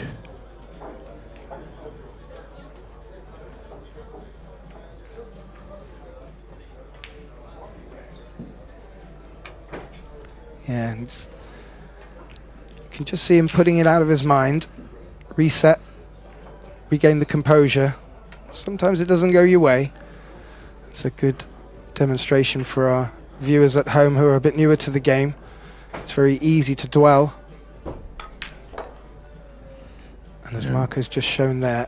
Nicely missed that 7. Yeah. Now, it's going to have to come round that side of the 6 where he is now, on that side of the table. And the 7 is there as well to maybe hamper him. He should miss the 7 ball, which he's done very well. Yeah, that's good enough. Yeah, he took the 7 ball out of play there. So tables have been playing now for, well, this is day 2. We did have a side event the day before we kicked off. So the tables are starting to bed in, but the cloth's playing great, and the rails may still be a little bit slidey.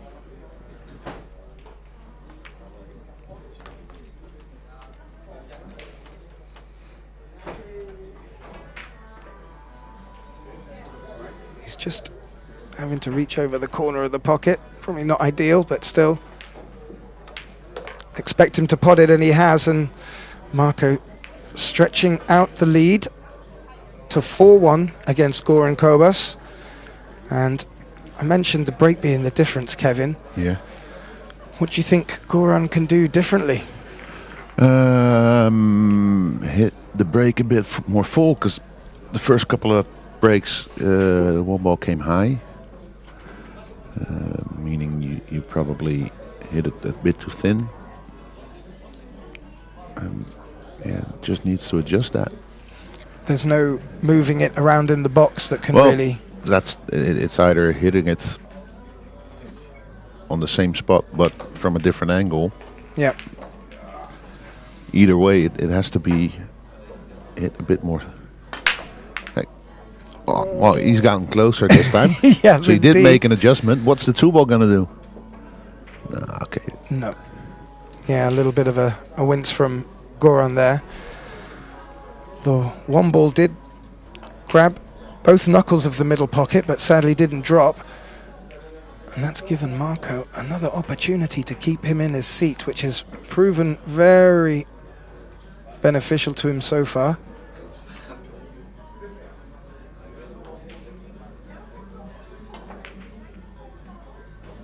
He's jacking up.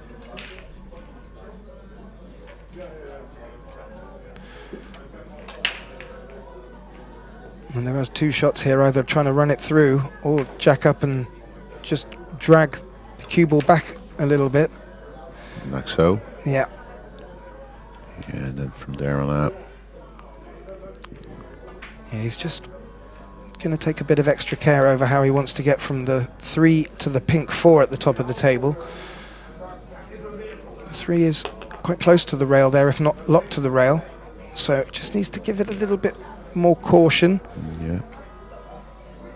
Will the 6 come into play? We'll find out.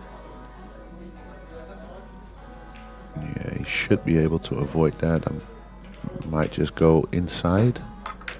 No, he does go around it, but never even threatened it. No, never in doubt of missing the 6, and has also just floated nicely into a position where he can just leave the cue ball do the work here. Yeah. That cue ball's always going to move towards the orange 5. You have to say. Now he can just, I think, pull it straight back.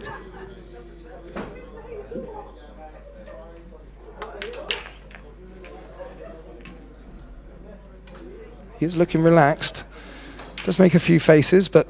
Yeah, he's really expressive. Yeah, good. He always has been.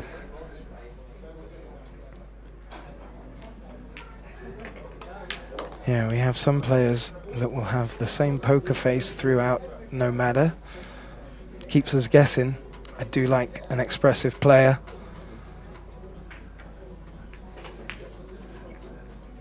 Do you think he just will just move the cue ball a little bit here and try and play the 8 in the middle bag? There's nothing else he should have done. It's just a little bit of movement. Nothing big to do now from the 8 to the 9. And he's very much punishing Goran's mistakes on the break.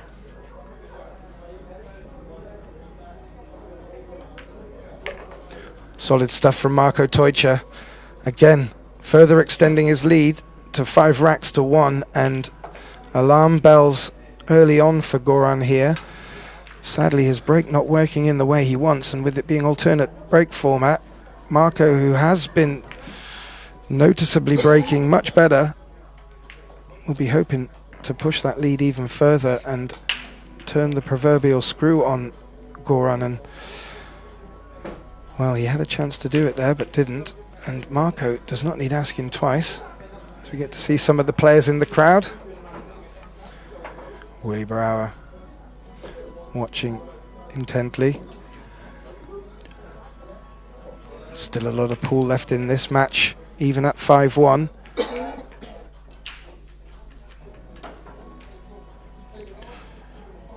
So far he's had 2 good breaks. 1 dry one.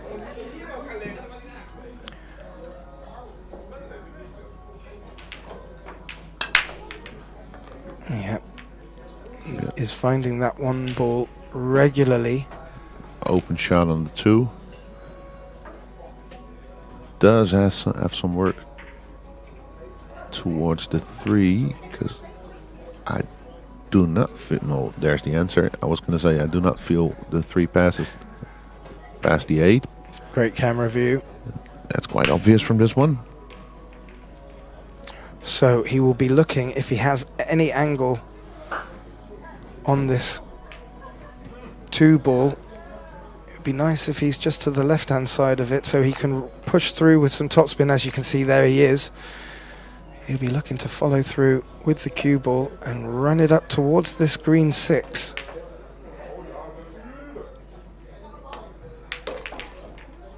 Oh, it didn't bite as much as he expected it to, and it's come up towards the 3 rather than the 6. Not just towards. Completely stuck to it. It is kissing it indeed, as you can see there. Not a breath of daylight through there. So this does add to the complexity of what Marko can do here. Distance is going to be the first one. Yeah. Hoping to find cover behind the 7, as you saw him put his cue there.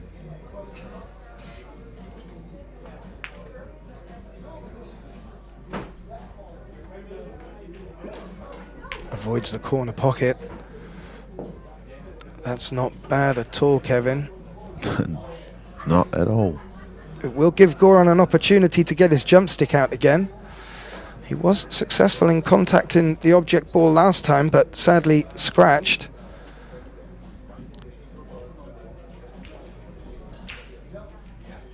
We'll be looking to go safe from this at best. Not too sure if he can really count on any possible combinations. Now the balls are running down towards each other at the top of the table. Yeah, that positioned itself nicely for Marko.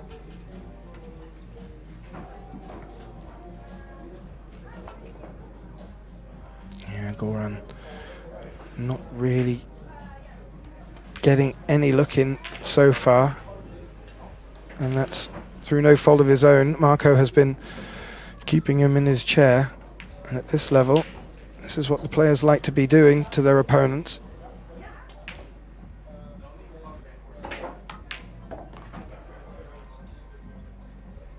Now he's come back quite a nice way here. May just choose to run through a little bit and play the long 6 up the rail into the... Might just stop it there. No, he actually was drawing it back. Very nicely done.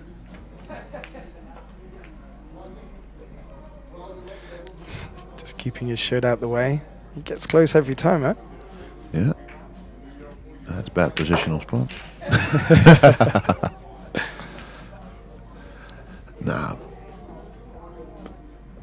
It tends to happen now and then with the game. Yeah, and we do have a referee here at today's tournament, normally called upon when needed. Tomorrow we will have a referee at the table watching proceedings. Looking forward to that. The players certainly like having a referee there to do the work of racking the balls for them and keeping everything moving effectively. But again, Kevin, Marco really not giving an inch and taking every mile. Yeah. Just trying to figure out if he has missed a ball. Well, our eagle eye viewers, I'm sure, will be bouncing on the chat to remind us. But I haven't really called an unforced error on Marco yet. And yeah, well, the positional one on the 3 earlier, but that wasn't a missed pot. No. And this is where Goran needs to get the break working. Marco is looking ready to pounce on anything here. Any opportunity that he gets. So as you can see a couple of our sponsors appearing on his shirt there. Good representation.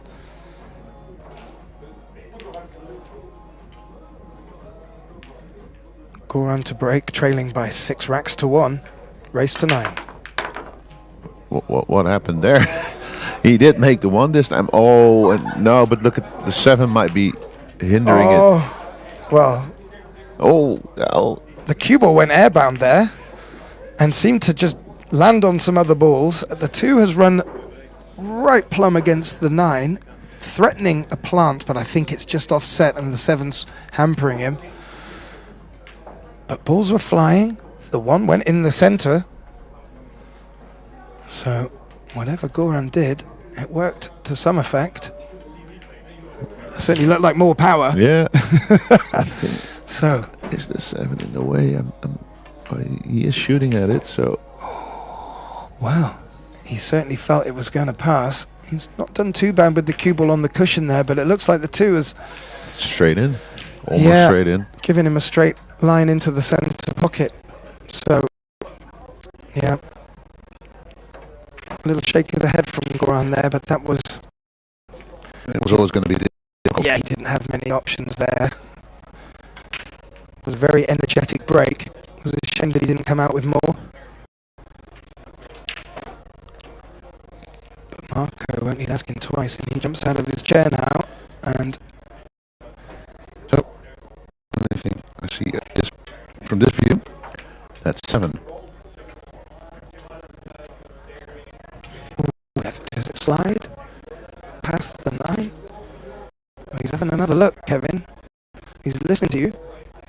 Yeah. He could just cheat it a little, I reckon. Yeah, but he has to go all the way back to the table after that one.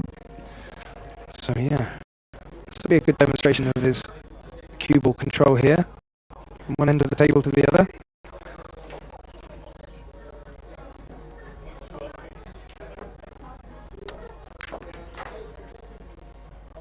Oh, brings it back out into the table nicely, into the center of the table rather. How's his angle, Kevin? He's a little bit off, I think. A little bit off straight, I mean. He's going all the way down to the long short rail. Oh, that was a nice shot. Had to force that cue ball and punch it. So now he can drop it in and make the cue ball just run on its own.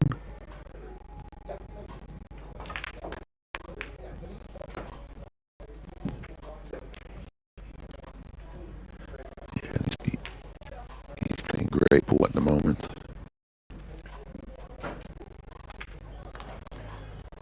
Yeah. And this is going to serve him well for this tournament. Yeah, if he can keep this up, then he's going to make it deep run, as was expected beforehand, I think.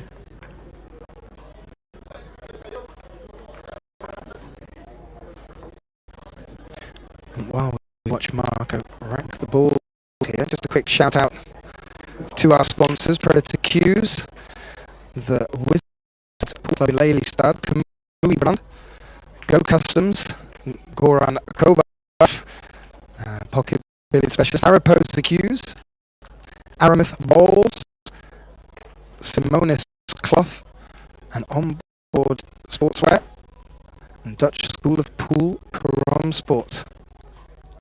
And a little shout out as well to Metaalhandel Hinke.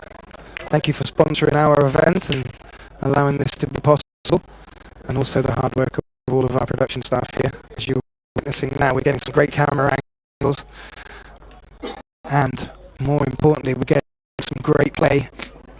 Marco again finding that cut break. Not so fortunate with positioning, but I think he's had a shot on the two. So the 2 is possible, that's for sure. But the 3, how are you going to get on the 3? Well, he may play a save here and manoeuvre a way of opening them 2 up.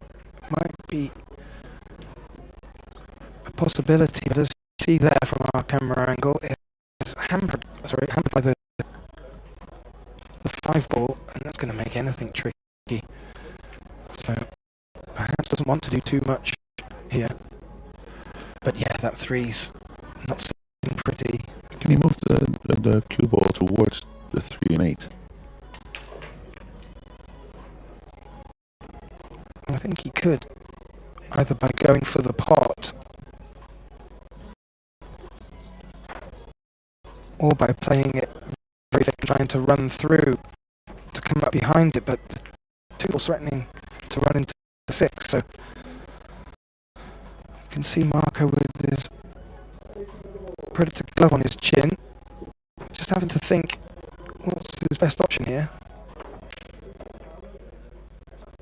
Yeah, and that 5 is going to ask an even bigger question. So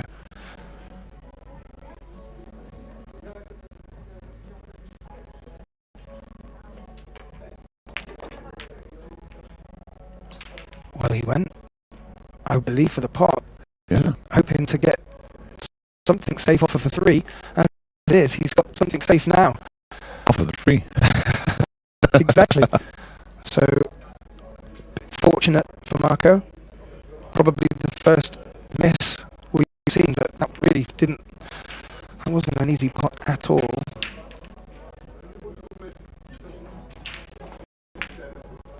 Yeah. And kicking angles are pretty shut off by the traffic in the middle.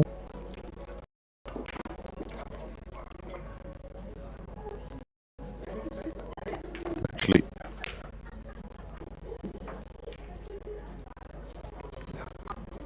wondering if there is a potting angle somewhere. Well, the joke on the table for Goran indicates that it ain't easy. Looks like he's going for a super masse shot. Chris Melnick style. Oh, well, it needed to bite and it didn't. Collided with the 6 ball and gone into the corner pocket, giving Marco ball in hand. He still has that 3-8 to contend with, though. Yeah, but he can go into them from this one hand, of course.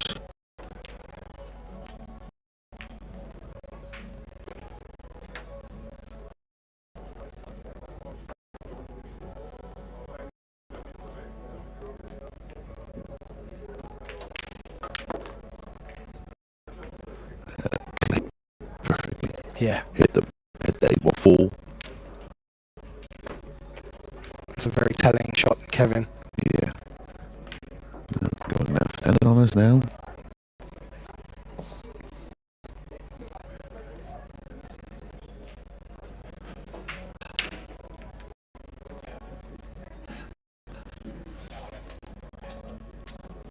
Well, this is as good as an opportunity you can ask for to get to the hill.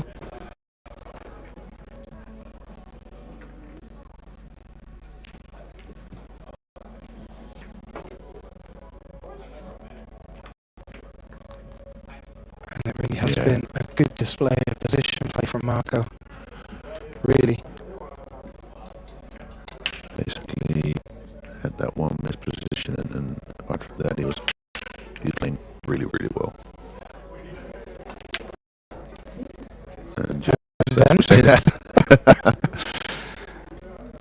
Well, we're not laughing at Marco there, we're laughing at our commentating skills there, and perhaps a leak of the commentator's curse. But that was a rare miss. And Goran has a chance to sneak this one. Doesn't want to be too straight on this 7. Would ideally like a good angle to come back out into the centre of the table. He does look, well, I think he just has enough angle to get something going, but that was probably as good as he felt he could get. yeah. On the positive side, if he doesn't will steer towards the 9. All gone for the bank. The 8 ball has rattled both jaws and is sitting quite close to the pocket. A lot of distance between the cue ball and the 8 here. And somewhat of an awkward cut. But I think it looks kind of similar to the opening shot he had in his first rack, maybe. So you would fancy him to make it. And then the cue ball will move back to somewhere where it is right now.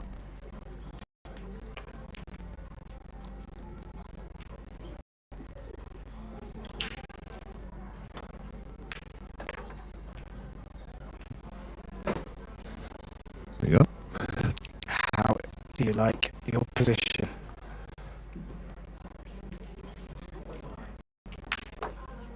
Mark Deutscher dominating this match. Yeah, Kevin, exactly. 8-1 takes the hill. And Goran really, well, making a few mistakes, but his brakes not working. And on the flip side, Marco's brakes are working, and the mistakes are very few at all. The scoreline reflecting that.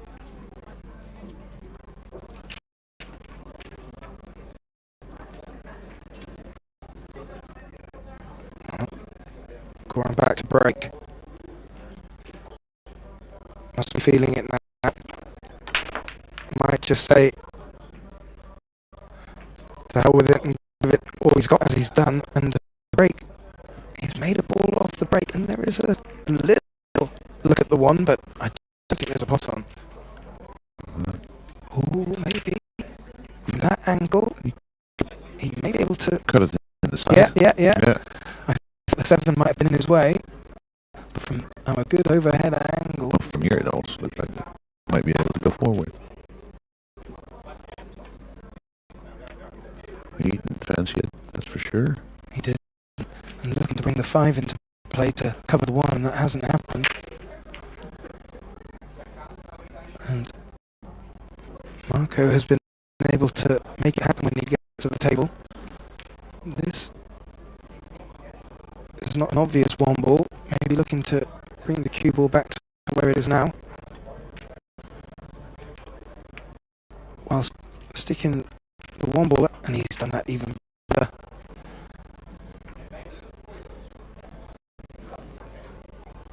He's done even better than I imagined, and brought the 5 to cover, nearly put the 1 behind the 3 as well, so keeping the pressure on Goran, giving him any opportunity to move. So 1 cushion escape.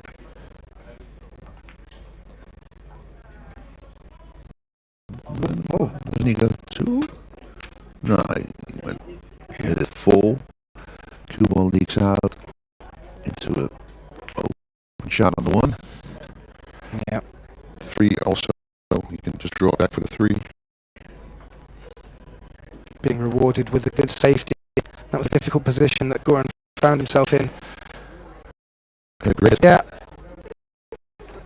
Couldn't have asked for a hit. Sadly, the result has given Marco a real good look. taking this match out earlier than certainly we in the box expected.